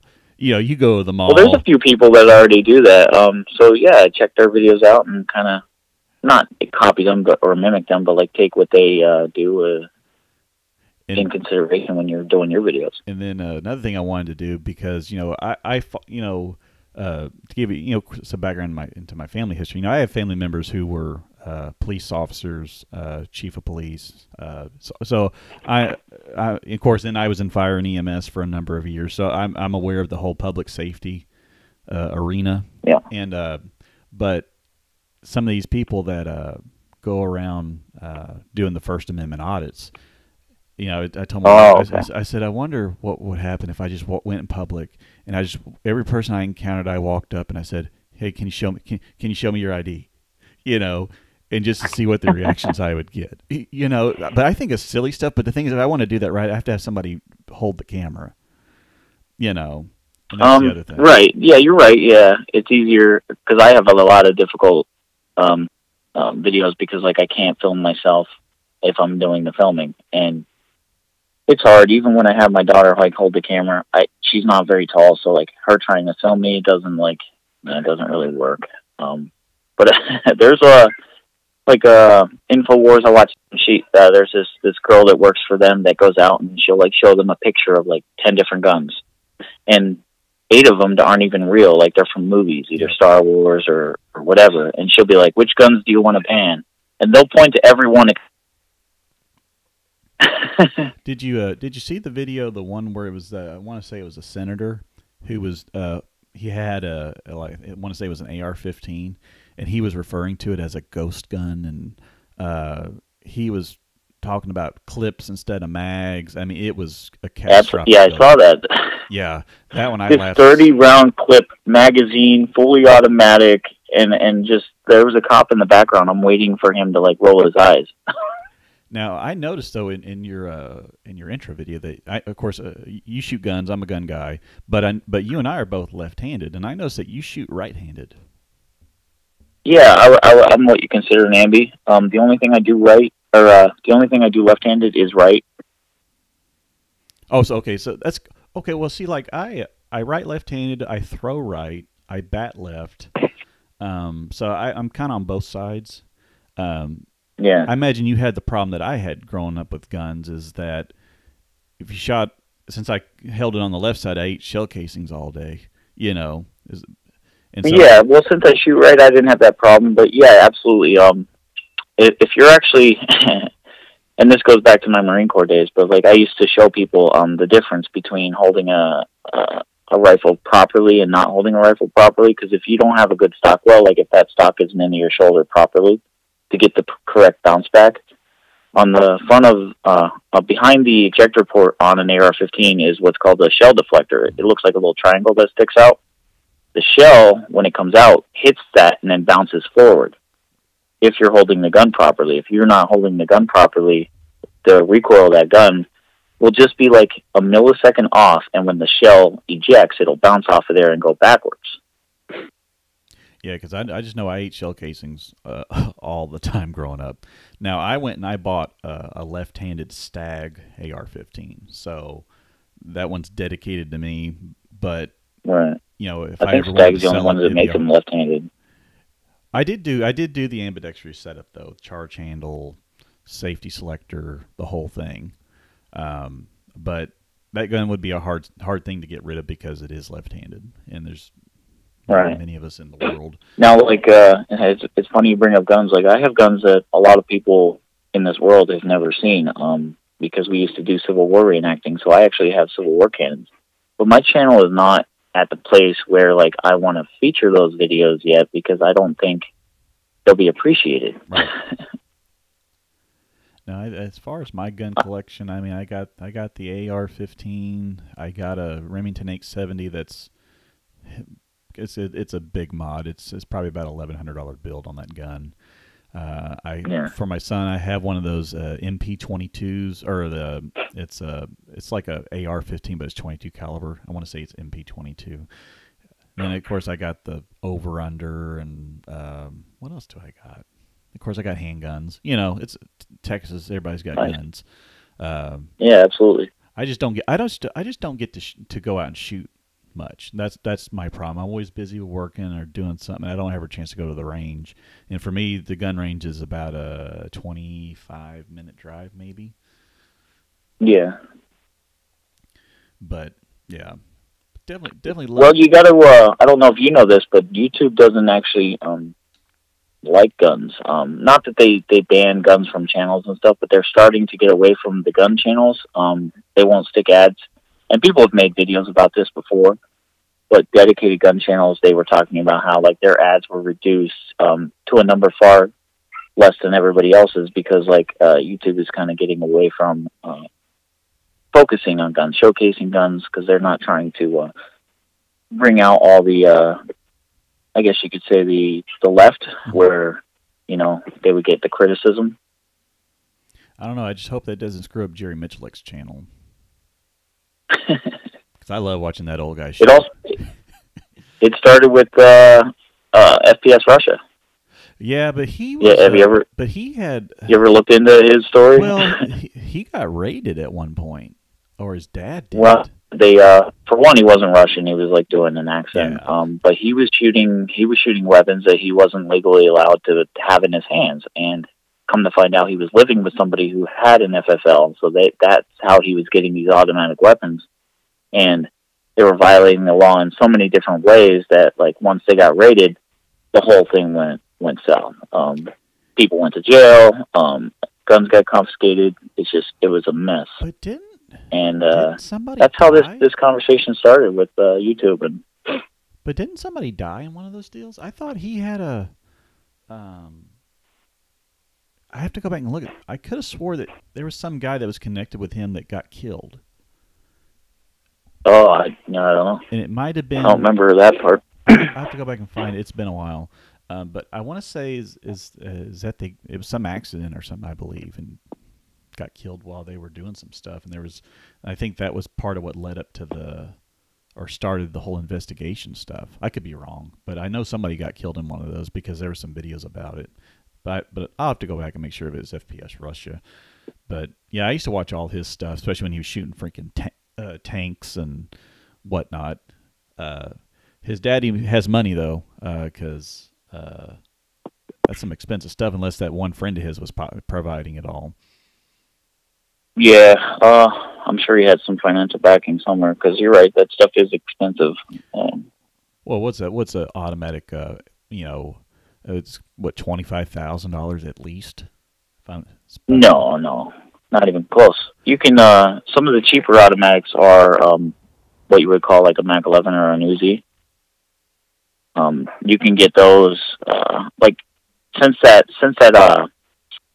Class 3 ban went into place. Like they don't make like you can't buy brand new ones. Like you have to buy ones that were like isn't like in service like before a certain date. Yeah. So you're getting like old stock and stuff, but like you can get one of them for like $7,000.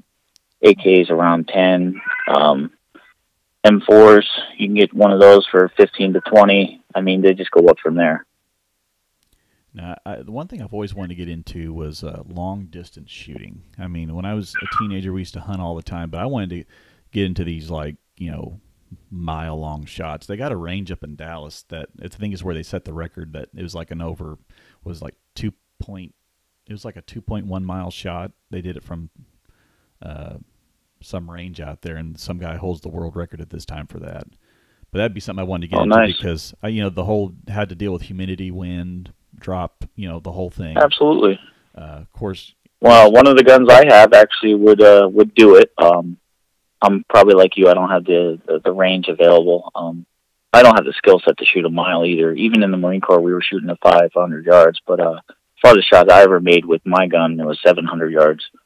But it's a 338 Lapua, and it's a long range tactical. Well, I believe that's what someone would consider a sniper rifle, but I'm not shooting humans with it, so it's not a sniper rifle. Well, I believe the guy set the record was using one of those, and there's actually another guy who actually has several videos on YouTube using one, and he's doing super long shots.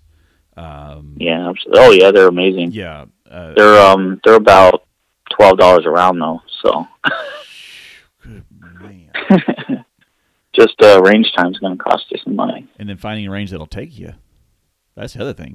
Most of the range. Yeah, we have a private gun club here that goes out to 600. So it is what it is. You can sight your gun in for 1,000 at a 600 range, just because you're going to know how far the bullet's going to drop. And, yeah.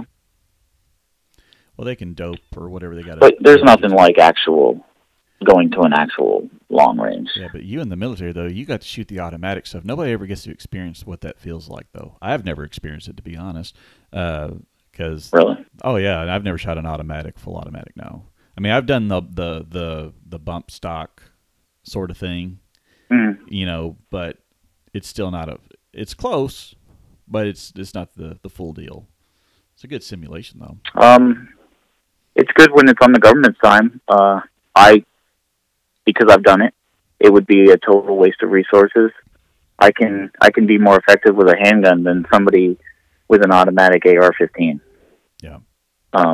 Just because you're spraying and praying, and I don't fold under pressure. I've been shot at before, so it's not like I'm going to run and hide and get in a fetal position. So to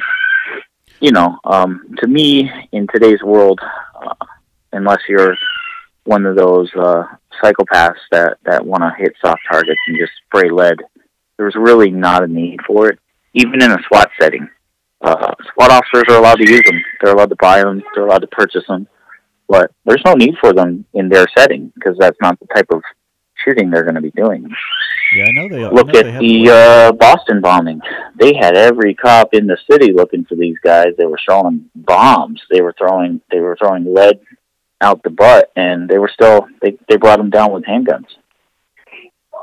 Yeah, definitely true. I know Waco has automatics, but I don't think they've ever used them. Not even in the. I mean, it's like you said. It's the situation like when would you? I mean, when the biker shootout happened, that was single shots that they did on all that. So no, I agree with you. Unless you're in a war setting, of course. Now, given your age, you were in the military more than likely when the war got started. Because I know when I got I was in from 02 to 06. See, yeah, I graduated in 02, and I remember because Killeen wasn't far from where I grew up, so you couldn't be anywhere, and then there'd be recruiters, and I wanted to fly Blackhawks. I wanted to fly them in the Army, but I couldn't get any of the recruiters to do a packet for the flight side.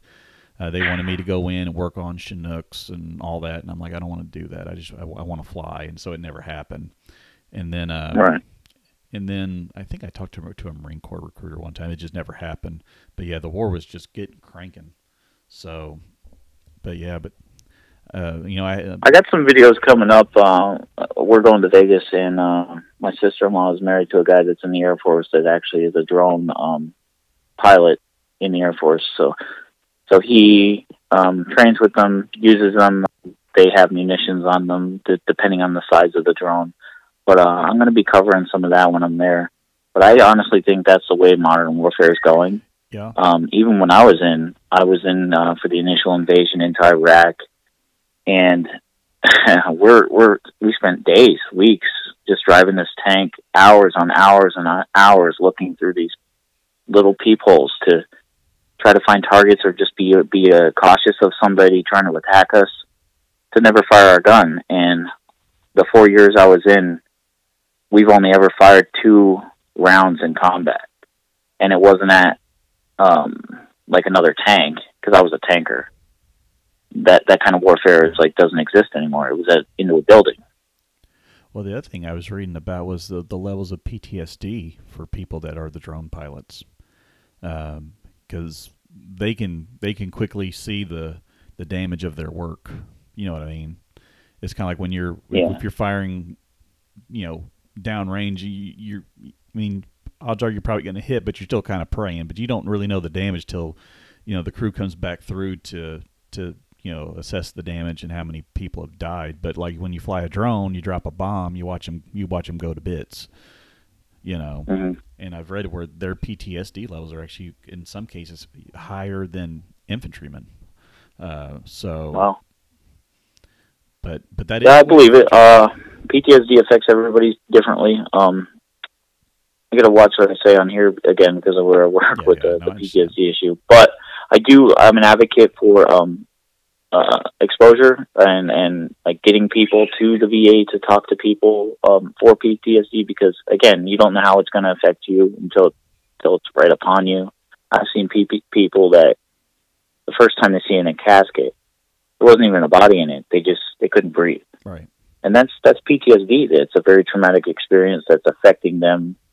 And it could affect, especially if you're in a war zone, it could affect your performance out there and puts other people in danger. So it's going to affect you for the rest of your life. You're never going to forget things that you see. Yeah. No, definitely. And that's the other thing is, and then of course the VAs having the money or the means to be able to see them promptly. I think that's like the other issue is that these people are waiting months, to get help, and so they're having to live with the problems they're having, and sometimes they don't get help in time. Yeah. I can tell you just from firsthand knowledge, it's getting better. This e-benefits now is all done online. They have a website called My Healthy Vet. You can get pre-registered on there before you actually even go to the VA, and it's when I first started applying for VA benefits, it was 2 years waiting list. You'd be waiting for benefits or waiting for appointments for months, but you'd be on a waiting list to receive funds for 2 years. Now it's boiled down into a couple months, so it's gotten a lot better. But for those that are listening that are vets and maybe in the same scenario, just so you know, you can walk into a VA. There are post 9/11 clinics that will take walk-ins, that you can just go in and talk to somebody. You don't have to wait for them to tell you to show up. There are outlets that the VA provides that allows you to talk to somebody if you really need to. Right. Now that's good they have that. I mean, that's the kind of the way. That's how it should be. Yeah. Well, cool. I wish I would have got it on camera. I actually might go back this summer when I see him again. But I actually trolled a quote unquote homeless veteran once, because my firm belief is 90% of those people that are standing on the side of the road with signs that say I'm a homeless vet are all full of crap. And I proved it the one time because this guy was standing, not down the street, but you could see the VA in the distance. Mm-hmm. And he's standing in an intersection begging for money with a sign that says he's a homeless vet. I just left the VA. I actually had in my hand a pamphlet for homeless vets. And this pamphlet was laminated. It was like 30 pages, and you would flip through it, and it talks about all the different things. The VA has programs that will put these vets up in shelters for free. They don't have to pay for anything. They give them housing money if they find an apartment. They pay your rent. They give them money to spend around food. They give them spending cash. Like, there's no excuse. If you're an actual vet, you can walk into a VA and get qualified for this stuff. So it makes me believe that they're full of crap. Now, what about? And I talked to this guy. A criminal record, though. What's that? But what about if they have a criminal record? Would they still take them? Well, it just depends on the severity. Obviously, if they have warrants, they have to go through all that stuff too. But it's just like jail. If you go and check yourself into the VA, you're getting 3 hot meals and a place to sleep. If you telling me that that's not better than sleeping under a bridge, I would think you're nuts. Like, and then while you're in there, you're going to get proper medication. You're going to get a plan for when you leave. They're going to help you with financing and all that. Like, to me, that's the best way to get the ball rolling, is to actually go in there and ask for help. Well, I know here in Waco we have a lot of these people that are kind of panhandling on the corners, but the thing is like, there's one guy, he's always on the same corner just about the same time of day every day, and I have yet to see a different outfit, or the same outfit to be worn. Clean socks, you know what I mean? I'm like, that's a phony. Yeah. And then I remember one time, it's been probably about, I was probably 24 when around this, but there was a gentleman who he had a sign that says, the whole wheel work for food stuff. And I was doing some sort of work. I think it was back when I had my lawn care business or something. I wheeled up. I'm like, hey, dude, I got work for you. I'll pay you $10 an hour, blah, blah, blah, blah, blah. And he's like, well, can you just give me the money? Yeah, he doesn't want to do any work. Why would he want to do work? Yeah. And it's just like, but I agree that, I think there's a way to get out of their problem, but it comes down to willpower. Because, if you can get by just with people just feeling sorry for you or something, there's a lot of people they just live off that stuff. We have to get out of that welfare state idea, I believe. Once people start working for and earning what they receive instead of looking, I think even our country will be in a better place. Well, it's like that thing I read about the Green New Deal? They're talking about people getting a living wage even if they don't want to work. I'm like, what? So this ain't making much sense. So you tell me, I can go to work and make a living wage, but this person who doesn't want to work can get a living wage too. Like, that doesn't, because it's like, when my wife and I first got married, I wasn't making much money. I think by that time I was not a fireman anymore. I got into dispatching on the EMS side. Wasn't making much money. We got married, and of course she had a daughter. I had a son, and we were on Medicaid and all that stuff for a while, but I eventually got out of it. You know what I mean? I had my skills, and I worked on getting my experience. I got a better job, and next thing you know, we got out of that, and I think that should be the goal. But there's people who don't want to get out of it. They just want to stay in it. And I told my wife that I'll work 4 freaking jobs if I have to before I let them suffer and have to live in a place in the city or wherever that's dangerous. Right. And I have examples in my family. They don't want to work. They just, want to live at home with mom and dad. And I'm thinking to myself, like, what are you going to do when you're older? Yep. When they're not around to take care of you?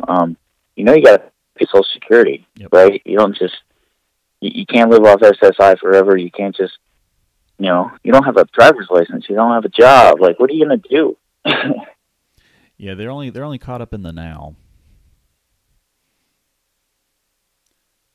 But yeah, it's funny. This person I'm referring to, you can't. Like, I have a full-time job, and I do this on the side. And if one day I'm making $300,000-$400,000 from YouTube, great. I think I'll still work for medical benefits, but like, that's not. YouTube isn't a plan for me. Like, it's just fun. Well, especially now when you have like these people that make $500,000 a month gaming online. It's like, I'm like, I don't know. I mean, that might work out for some, but it's like for the very few. You know what I mean? And some people, they like, I'm going to become a YouTuber. I'm going to make a lot of money. And then you get into the grind. You're like, oh, crap. This is a ton of work. But like me, I have a day job where I make good money, and I do contract work on the side where I make good money. But the problem is I do 14-hour days at minimum 5 days a week. And then I try to do that to where I have the time on the weekend to do some of my videos, to get time with the family, because my oldest children are 12 and 11. I don't have many years left with them, so it's getting that amount of time in, but still trying to do the videos. And that's the other thing I kind of enjoyed about at least some of my recent videos is some of those the video might take me a couple of minutes, if so, to really do the first take. Normally I get it on the first take. And then I just edit it, throw it up, and then I'm done. And I'm glad I'm not spending 8 hours editing a video. Right. And I think if you're going into it, whether you're saying it in your video or not, if you're going into it thinking that it's all about the money, you're doing it with the wrong intentions, and I don't think that you're going to be successful at doing it. The people that are successful, those examples, they're doing something they love. Whether they make money or not, it doesn't mean anything to them. It's just they have a passion for whatever they're doing, whether it's a social media platform, whether they're performing First Amendment audits or whatever. They're doing something that makes them happy, and people are watching them because they have either similar interests or they appreciate the fact that they're living a dream. Right. Because I know for me, is I went from doing the car stuff, now I do the parodies, and I like doing the parodies, but it's still trying to figure out what I want to do. I've been wanting to do stuff with the family and get that on tape, because I think it's kind of cool if you could have go out with your family, go do stuff, and then you have a video throw on YouTube, and then you got it there for the rest of your life. You know what I mean? Right. Right. So I still keep going back and forth about what I want to do, but so far I'm liking the parodies. I was saying that for my last video, I tested the elbow sleeves, and then at the end of the video, because I was working out as well. My wife was in the background, but I told her, I was like, hey, just in case this goes wrong, I need you to lift this off of me, whatever the case. I'm giving her basically a safety briefing. Right. And she's like, well, I can't lift that. And I say, well, you don't have to lift the whole thing. You just need to lift one side. But, basically I'm telling her, like, this is what you do in case. And she's like, are you going to record it? And I said, absolutely. I said, I'm going to record it whether I am successful or not for the world to see. And that's when you see my clip starting as me saying, I'm going to record it for the world to see. And that's the other thing, is to put out the videos and not really caring if people don't like it. You know what I mean? That other thing about it. Oh, I don't care. Actually, bad publicity is better than good publicity, because even if they're watching you to troll you, it's still, like, I appreciate your video because it gave me more views on my arm size video. but that was asked of me by somebody I work with, because, like, they're into lifting, and that's just something, like, it's a progressive thing. Like, you want to see, like, personal growth when you're lifting. So you want to see whether it's showing somebody how much you bench or can squat. It's like, this is where I started and this is where I am now. So it's a personal growth thing. Yeah. Now I know when it comes to trolls, my problem is I get into it with trolls. I need to quit doing that. That ends up taking too much of my time. You know what I mean? Because I used to like, even in the comment section of my videos, I have one where it's an early video. It's a street video where we were, like, driving real fast, but this troll recognized the area, and they're like, I know where you live, I'm going to report you to the cops. And I'm like, yeah, but Pennsylvania looks just like Mexico. What are you talking about? And it got to them that I would never admit where this video was filmed or when it was filmed or who was driving. Like, they were, like, insistent that, like, they knew that I was doing this in their town. And I'm like, what are you talking about? And I would never admit to it. So, like, they're trying to get me going, and I was trolling them back, because every time they clicked on my video to make a comment, they were watching. And I was getting watch time. That's what I tend to tell people when I get the trolls. I'm like, you're just making the view counts go up. Right. And then the troll from 2 days ago or something, I was really hoping he would have paid for the polygraph, because I was going to take it. But he didn't want to. This Sussman? Yeah, Kevin, that one? Kevin Sussman, him, yeah. Because yeah, they've left some comments on some of my videos. I've never met this person, obviously, but again, I welcome everything. I welcome the people that don't like my videos. I welcome the people that do like my videos. If you want to talk about how much you hate me, let's do a video. See, what would be a cool channel is just a channel where you go up against the trolls. You would get so many. Oh, okay, views. yeah. You would get so many views because the trolls are like, "We're all gonna win. We're gonna capitalize." And you're like, just keep coming, keep coming. I'll bullshit all day long. You know, I'm like, that'd be hysterical. Right. And maybe that might be a good thing because the trolls have an outlet. It's like, okay, let's have a call. We'll have a call in, and then just let all the trolls come in, and then you're gonna be like, I have a good buddy. I have a good buddy. He was in the video "Enjoy the Ride" that I did, and then afterwards we installed a part on his car. But he's in that video, and he's a big dude, and I love his attitude when people try to like make fun of him. He's like, "Well, what are you gonna say? I'm fat? Like, I don't know I'm fat. Like, I don't eat a lot, and I'm sitting there sulking in myself." He's like, "You think there's not a mirror in my house?" Well, and like he gets them to the point where like they can't say anything to him because he's dissing himself. But see, I always like to tell them, I'm like, come up with something like original. Oh, you fat motherfucker, you fat bastard. Oh, like, really, who else has said that remark before? Give me something unique. And so that's kind of why when I get into it with the trolls, I end up getting into this little roasting pattern, you know, and then I just keep digging and digging. But I got to, you know, like, yeah, Amber put in the chat there, stop engaging the trolls. Yeah, I do need to stop getting into it. But my thing is, like, sometimes when some of them come out swinging, that was like the thing with Kevin Sussman. He came out swinging. He was saying, "Oh, you lied, you blah blah blah blah blah." I'm like, "No, I didn't." And then trying to explain it through comments, and it's like, okay, whatever. It's like, okay, you want to call me a liar? I'll take a polygraph and I'll bet money. And the thing is, we never even got to the wager. I was going to wager like $5,000 on that deal because I know I'm good, you know. But he didn't want to pay it, and if he I was. But the thing is, the thing about these trolls though is that they don't use their real names. You go to their accounts, they have no videos, and that's like the I found out that Shane Jensen and Grady Phillips are both the same troll. I found that. Oh, okay. Because Grady. Are the names significant to anything, or no? They're just random names. I think they're just random names, and because the thing is that Grady Phillips then admitted that he had it was like 40 or 70 or somewhere in that range, that many troll accounts. Yeah. And I'm just like. I'm trying to think about the mindset. It's like, wait a second. Somebody goes through the hassle to make 40 or more accounts that he control with. What kind of human being is that? You know what I mean?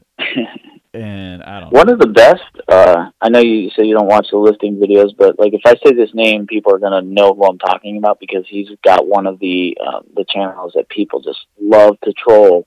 And he did it to himself, and he did it to himself on purpose. Because it's a lifting channel, there's this big culture of people who, not with bumper plates, like those rubber ones you can actually throw on the ground, but they lift with fake plates, which are like a quarter of the pound that they show. And he did a video where he was like, and he's a big dude. His name is Brad Castleberry.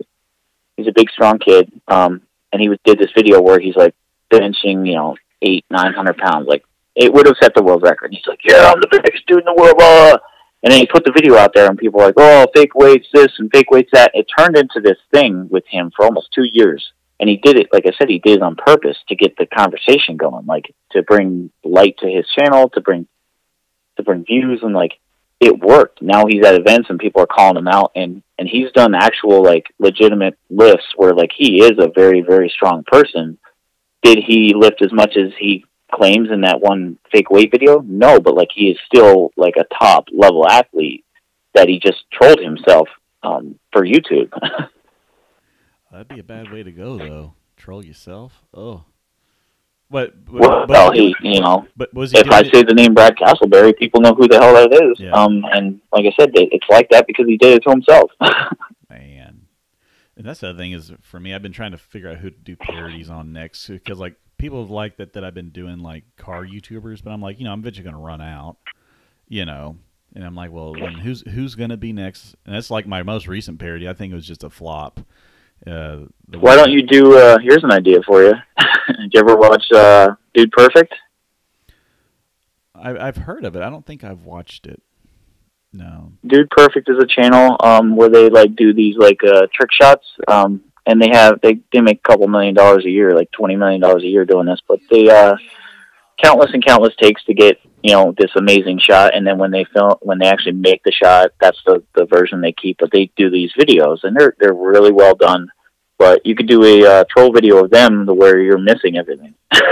Oh yeah, it would be legit because I would miss. Yeah, and you wouldn't take as long to film it because you throw a basketball up and you'd be like, yeah, and it doesn't even come close. Like part of me wants to do some of these political ones, but then I'm like, I don't know if I should go into that. Like, was that guy's name Beto O'Rourke? He's one of the guys I think on the Democratic Party is running. The thing is that when he speaks, he like stops after every like fourth word, like all the time. Oh, okay. And then he's always doing hand gestures. So I thought about like doing one where I was interviewing him. He would just keep like trying to hold his arm down, and then the other one would spring up and start doing it, and just. But then Amber puts in the chat, no politics. But what about bad lip reading? That'd be a funny one. Yeah, we'll watch attorneys talk to their clients in court, and right, and then just mute it and then dub over what you think they're saying. Well, it's like the ones they do for what's the one they do for the like the NFL? They have one where they do that. Yeah, they do a lot. They do music videos. They do parodies on different things. They do the political scene, but yeah, they will do NFL and NBA games and stuff like that, and just capture these athletes talking and then just dub over their lips. The thing is, they must have a professional working with them though, because the way they get the just it to blend is perfect. They have to have somebody who's a professional help them with what they actually said or what they could mimic with. It's kind of like it was when I was a kid. Like if you just lip the words "I love you," and if you turn around you do the same thing, but you say alligator food, it looks just right. Or like elephant shoes. Yeah, it looks like you're saying "I love you." Yeah, I know what you mean. Yeah, so yeah, that would be fun. And then yeah, that would be fun. But then, like, the other thing is, like, I wanted to also do, because you know how you have, like, was it on Comedy Central, you got Trevor Noah, when he took over for Jon Stewart. Thought about doing one of those, but I got to have a bigger studio, because right now, like, my office is, like, I want to say it's, like, 9 by 6. Very boring, plain room. But we're planning on doing a big upgrade on the house. We're probably going to have to spend about $50,000 to $100,000. But we're going to convert the whole garage into like an extra bedroom, bath, and then we're going to have an open studio for me. And I'm not watching chat, but here's a question that I think your listeners and my listeners want to know. When's your wife going to be in some of these videos with you? She was in one of my she was in one of my live streams. She hasn't been in one of my YouTube videos. Now, she is, let me find it, because I did start another channel. I think it was called Dalton Family TV. Yeah, and she and I went to the supermarket. I'm going to paste it in here into the chat. So because I've been wanting to do some of these videos with the family. So that one, she and I went to the grocery store, and this was the first time like really vlogging in public. You know what I mean? And we went to the store, and let me tell you, everybody was watching. But her and I, we're always poking at each other, laughing, cutting up, doing the put downs. We're quite a pair. So in that video, we're chopping it up. So, but going to the grocery store and actually vlogging in public, it was weird, but I liked it. But you would hear people walking by, they're like, "Oh, he's a YouTuber," and you could hear the whispers and the everything. So it was weird. I ain't gonna lie. That vlog, walking around talking to a camera, it's like, "Hey, everybody," that's still something I'm trying to get used to. But she's in that one. That's like tomorrow when I go to this event, I'll feel like that because it's not a typical thing to do at one of these events. It's an indoor car show, but to watch a YouTuber walk around, they do stick out. But like when you go to the YouTube call out that Street Speed puts on, everybody's got a camera. Everybody's got it. There are more YouTubers there than people actually came to see racing. Yeah, true. And I don't know. It's taking time, and I finally got a good camera. I finally got me a good camera. I got the Indy well, your editing skills are top notch. I have to applaud you on that. You're far better I appreciate editor than I am. My thing is when I do something, I try to learn as much as I can. But the thing is, though, when it came to starting the editing of the videos, I was like, okay, I want my videos to be like Daily Driven Exotics, and that was the start, because I've watched a billion of their videos. Now they're all starting to kind of become the same now, but I'm like, okay, I want to do that kind of editing, but But good gosh, like most people don't know this, but Driveway Demons has another channel. He doesn't even talk about it on his like main channel. Like he has a channel where he like does like product reviews of like camera equipment and stuff. Really, I didn't know that. Yeah, wow. Yeah, and like he has like $10,000 cameras. Like he's like, because like I'm trying to think like, how do you get a SRT Durango? How do you get a Hellcat? Like, where's all this coming from? Then I'm thinking to myself, like, when I see this other channel, I'm like, this makes complete sense. Well, I'll tell you one thing. He's ventured into a few different things, is what it is. Well, he said that he said in one of his videos that he's been basically in the YouTube scene for like 10 years, and he's done several channels. Yeah.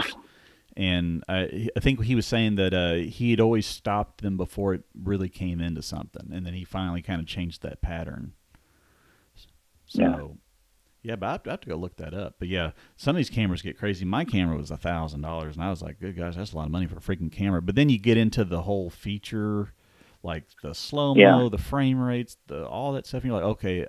And then you start buying lenses, and you're like, holy shit. You mean tell me there's a piece of glass that costs $2,000?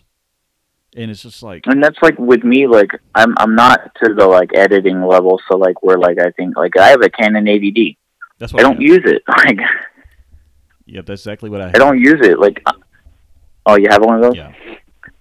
I bought it, and I've used it maybe twice for a video, but like to like take everything, put it on the computer, like it's just more time. Like I went from using action cameras and like where now most of my stuff is done on my phone because it's easier. I can incorporate like my drone footage into it because everything I do on my drone like records to my phone. Like, well, see, that's the other thing I want to get is one of those drones. I want to get one of those DJI Mavic Pro. I want to get one of those because I think it shoots great shots. Trails you. You can. Did you see my video on Drone Myth?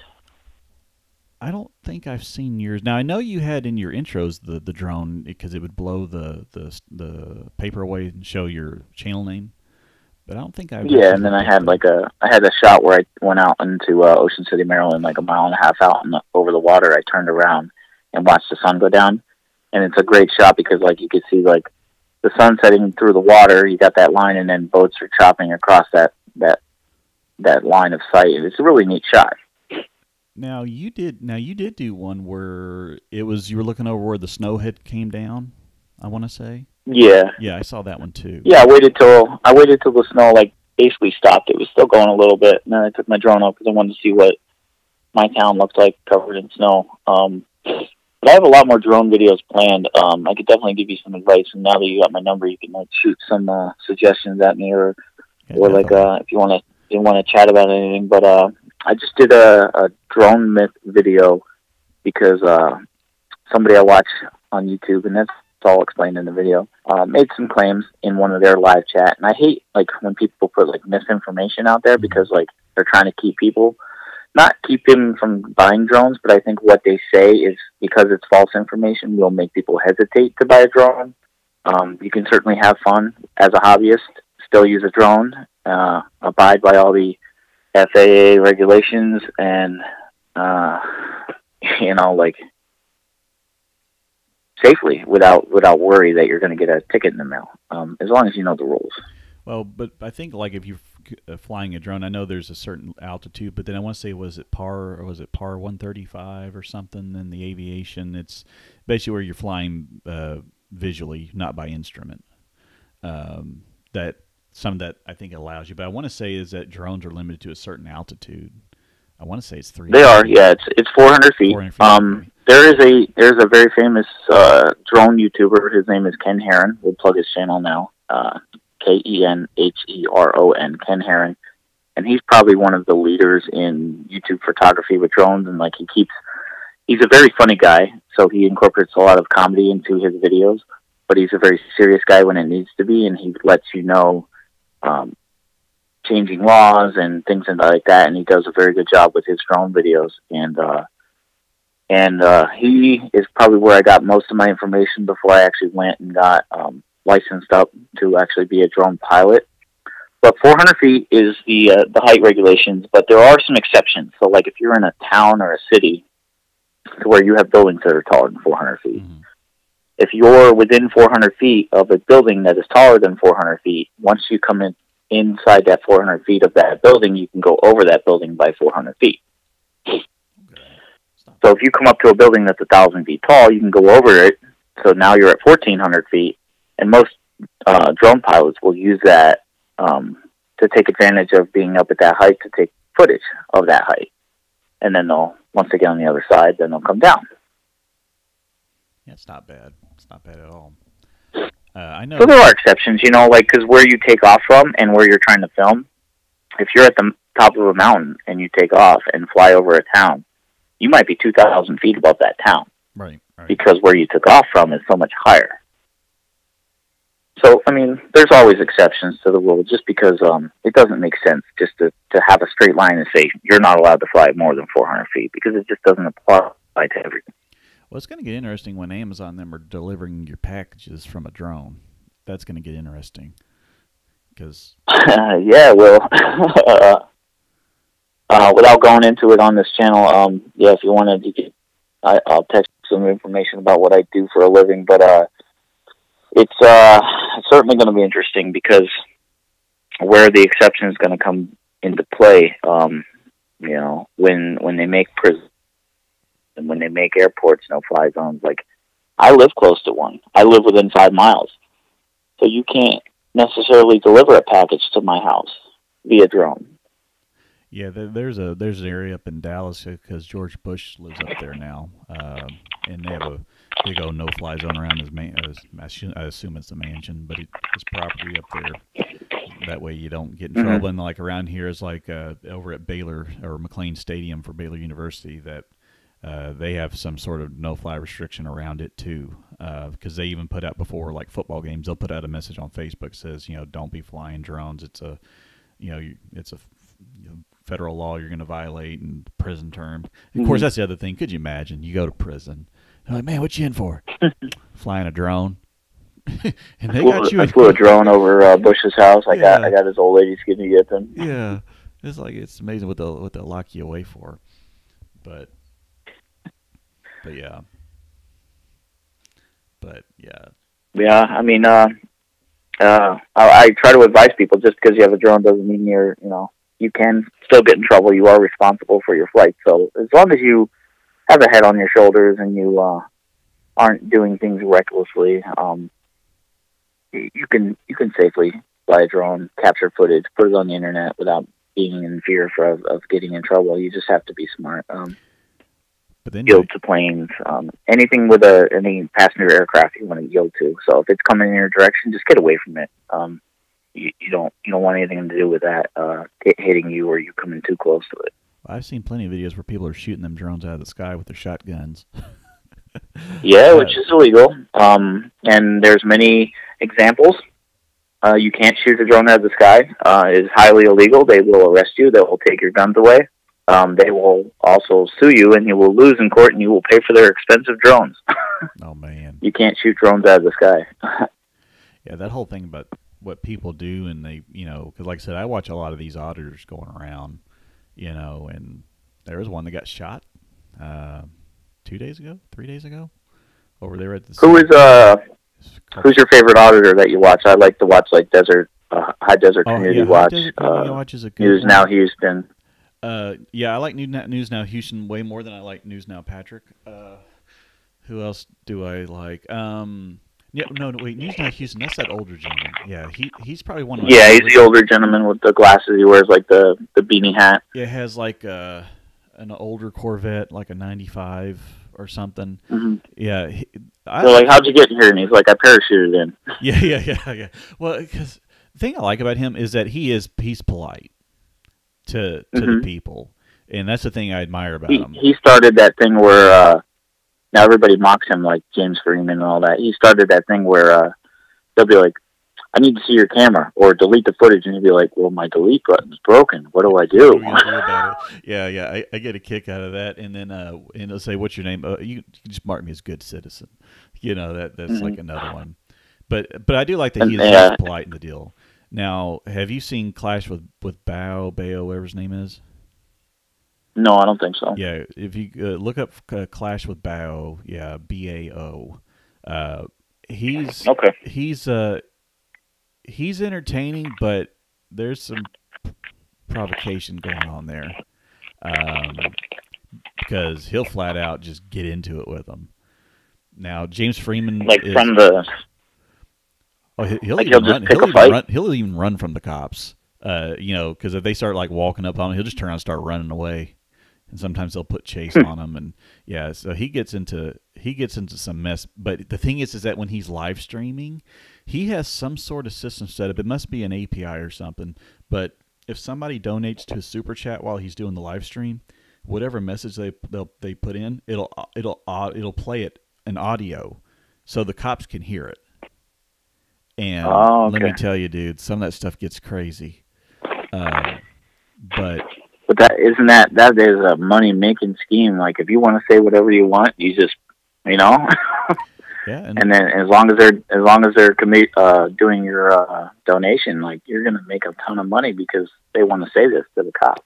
Yeah, they definitely got a good way of isolating the funds and guaranteeing the cash. Now, James Freeman, I like his channel. He's also a guy. He's pretty cool, calm headed. But that whole News Now Patrick, now him, I don't know what's up with that kid, or I don't even know how old he is, but he just likes to provoke everywhere he goes. You know what I mean? He doesn't have tact. Yeah, he doesn't have tact the way he comes out on these videos. Like, he gets stumbled up on his words, so like kind of leads them to believe that he's vulnerable, and that's not how you want to see him. You want to see him as sure in what you're saying. You want to seem confident in the laws that you're quoting. But yeah, I agree with you. Now, the GOAT of auditors is Eric Brandt, though. More than the InfoWars guy. Eric, have you seen Eric Brandt? That dude. Oh my gosh, I will be crying. I'll be laughing because he doesn't give a single fuck. And I'm telling you, he will like walk down a sidewalk with a big sign that says "F the police" or whatever he puts on it, and he will then start protesting, and he'll yell, "No justice!" Is he the one that flips off cops? Oh yeah, he flips off cops just to get them to pull over. He'll even go to a jail complex, and he'll be standing out there yelling "F the police" with his signs, and he's apparently been known to cause like riots in the jails. I mean, he doesn't give a single fuck. But the thing about him though, he might be that way, but you can tell when he starts talking, that dude is super smart. And that's the thing that it's weird, because when you look at him, he's walking around with no shoes. You wouldn't think much about him, but he knows his stuff. And he even has some videos where he was representing himself in court, and he was calling the judge out, the whole thing. I mean, he doesn't care. So is he one of those sovereign citizen guys, or I don't think he's a sovereign citizen. I don't know, that whole term gets thrown around a lot. A lot of these auditors say that the police. I mean, the free travel, like, they don't agree to any law enforcement other than like elected sheriffs and things like that. I don't think they are. Who's the one guy? It started at a DUI checkpoint or something. He refused to roll his window down or give him information. And those are hilarious, by the way. That guy? No, I don't agree to searches. Nope. Yeah, but like his deal went like to this federal court case, and like he's in Mexico now, whatever his name is. Man, but yeah, you talk about a guy that fought the system. Good gosh, that dude fought, and but yeah, he's in Mexico now. So I guess I would love to do them. I just can't. I can't. With my job before. No, that'd be a hard one. Maybe after I retire, I'll stand outside a power plant. You know, I do believe. I mean, like for me, I believe that people, you know, we have rights. There is a constitution, but the thing about policing is that cops they're told to be proactive. You know, right? Find the problem, and the drawback. Yeah, because like even if they are in the right, they still might get arrested and have to fight the system to prove their innocence or prove that they were in the right. It's just like I can't have any of that just hanging over me. Yeah, what I do. Like I'm going to be doing something that's in the right, but like doesn't mean I still won't get arrested and on BS charges. And then I'll have to explain that to where I work. Yeah, it's just not worth it. There's too much risk. It's not worth it. Because if you're going to be an auditor, you're going to have to accept the fact that you're going to get arrested, and you better have the money or the whoever's in your group to help get you out. Because that's the only way that works. But you know these people who are willing to go to jail for it. I mean, they get a lot of stuff changed. The one guy was it Tom Zebra. He's another guy's out in California. He stands up for himself, and he's caused there to be a lot of change. I mean, it used to be that he couldn't even get into the police station to get a Freedom of Information Act request form, and now these departments are changing policy. You know, same thing with the post offices. Like they used to be against it, and the first couple of times YouTubers came in there doing First Amendment audits, like they would make these great videos. But now they just roll their eyes and they allow you to film, and you know, it's not what they want to see. It's not the content. So once they started being allowed in post offices, lobbies and stuff, then it became not interesting, and they stopped doing them. Yeah, there's still a lot of people doing those now, though. Still with the post office, but now that everybody is aware of what Poster 7 is and all these other things. I mean, I admire a lot of them. There's some that their tactics, while legal, you're like, come on, you're asking for it. You know what I mean? High Desert Community is always funny. Like he'll throw in little jabs every now and then. He'd be like, no, thank you, and then they'll start again and be like, you know, go F yourself or your mom, or they'll say, well, make sure you stay over here. And he's like, oh, okay, don't rape anybody at the end of your shift. And they're like, what? Yeah. He's like, well, you're telling me not to do something I didn't do. He's like, so I'm going to tell you not to do something that you haven't done yet. Yeah, he does not. I can't blame him. It's like they're walking, just don't walk out on the street, or don't walk over there, you'll get arrested. It's like, I ain't doing it. Why are you warning me? You know, he doesn't like that directive stuff. He had that one cop that it was a recent one too. He said, I bet you wouldn't do this with that gun on your waist. And the cop went to go take his gun off, and then the cop realized that he was about to be in a world load of trouble. But yeah, no, High Desert Community wise, that dude, he's another one.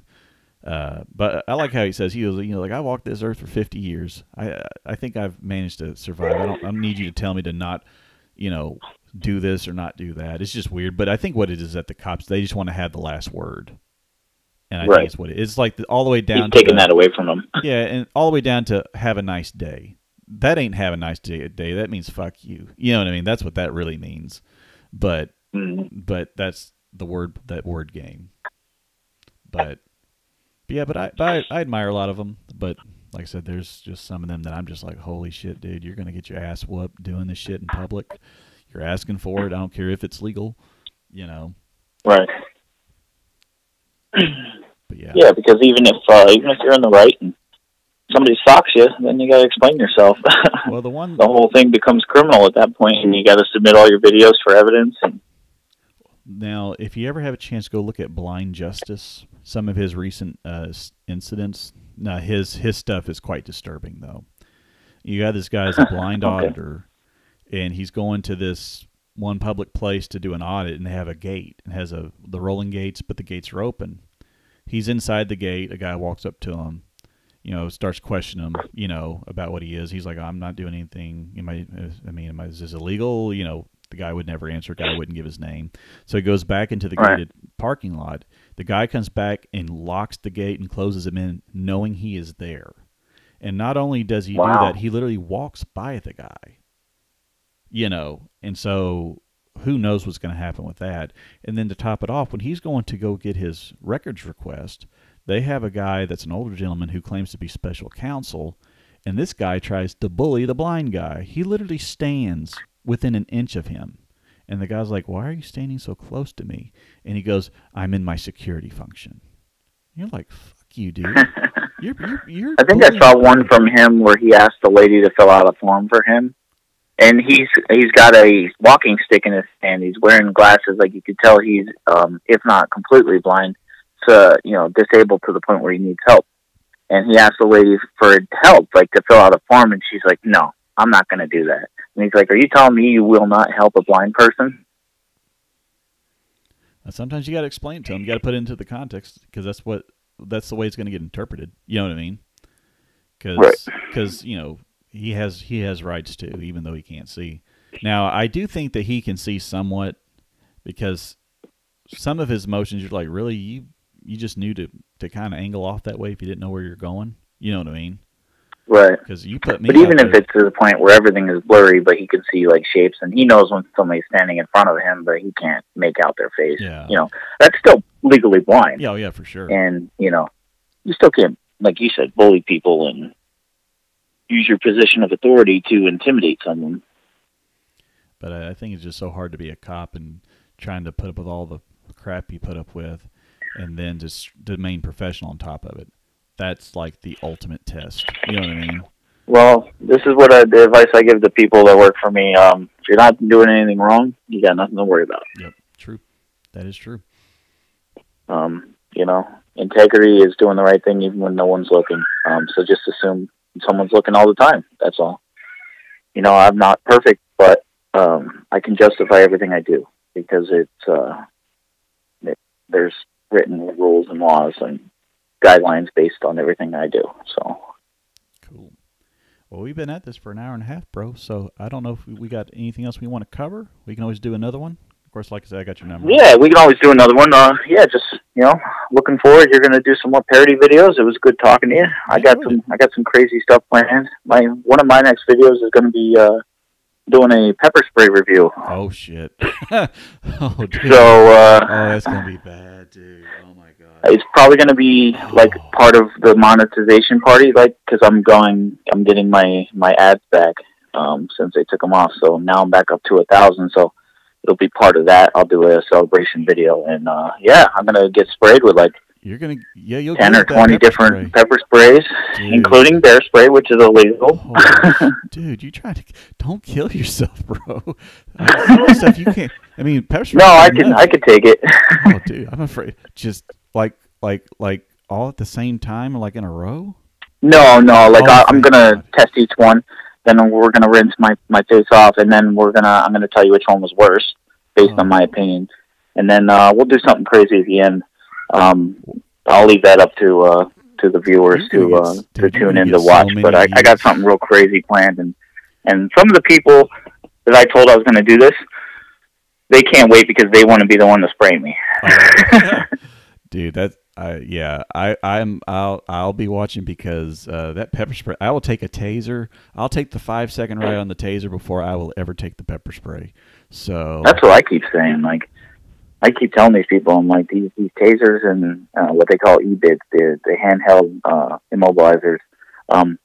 They're nothing compared to like having your eyes burned out of your face.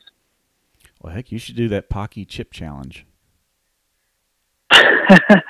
I'm afraid to do it. I ain't gonna lie. I'm a pussy on that because I'll do it. I'm not like good on hot foods. Like I don't like hot stuff. To me, the only thing that's keeping me from doing that is everybody's doing it.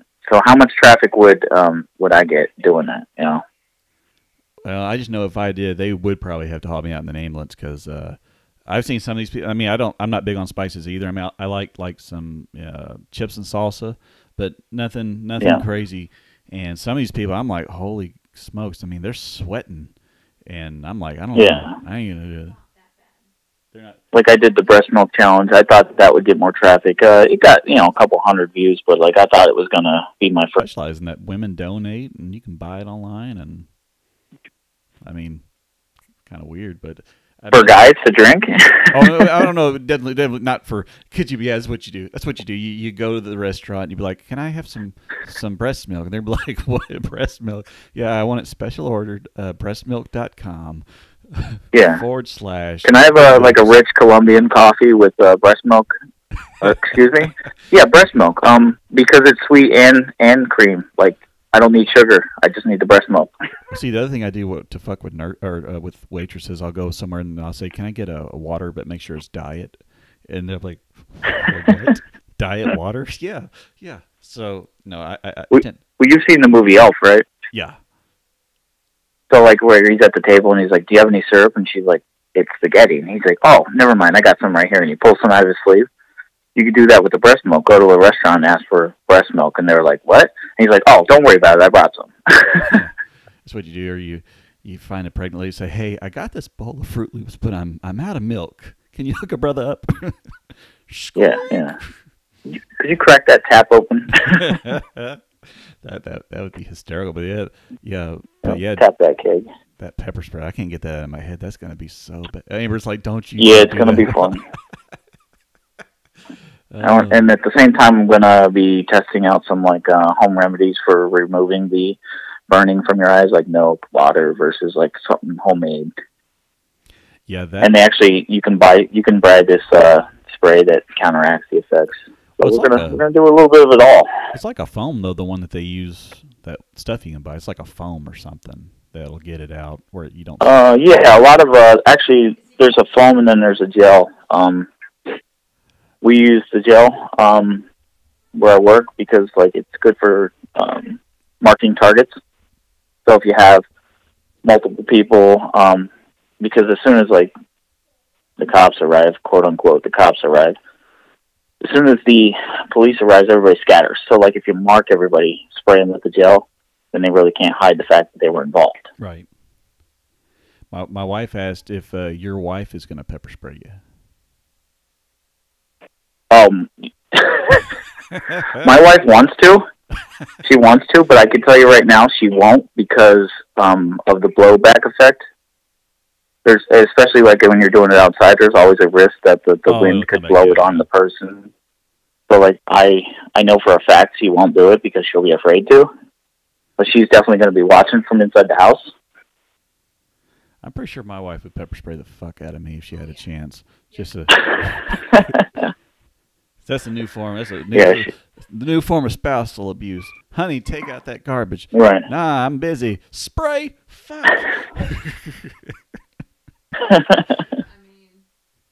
And then they'll hold it against us forever. When you threaten somebody with pepper spray, man, they will remodel the house in 5 minutes with pepper spray. I have the right to pepper spray you. I'm not saying you have the right. This is a hypothetical conversation, Amber. Hypothetical means possible. That's funny. But yeah. Well, cool, man. All right, man. Well, good talking to you.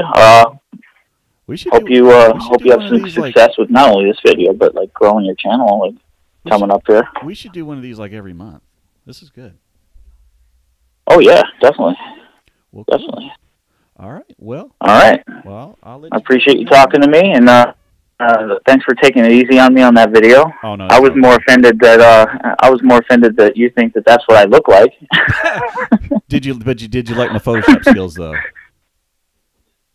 My wife was she's like, "Oh, look, you got your widow's peak," and I'm like, "Shut up." Well, the thing is, I had to find a picture of somebody from the Coneheads, and then it took me an hour to make that photo because I had to get the skin right and smooth. That was the first challenge. So the clone stamp tool was a little bit of a challenge because it would blotch, and then I finally got it, and then I was like, "Well, how do I put his face on it?" And I started. Right. Did the color range, and I finally got that right where it would take out the parts of the colors of your faces, but it still leaves some structure. And I just put it there, I got it. I'm the man of Photoshop. I don't know what I'm doing, but I did it. So. Right. Yeah, no. Well, like I said, I must be doing something right if people want to make parodies of me.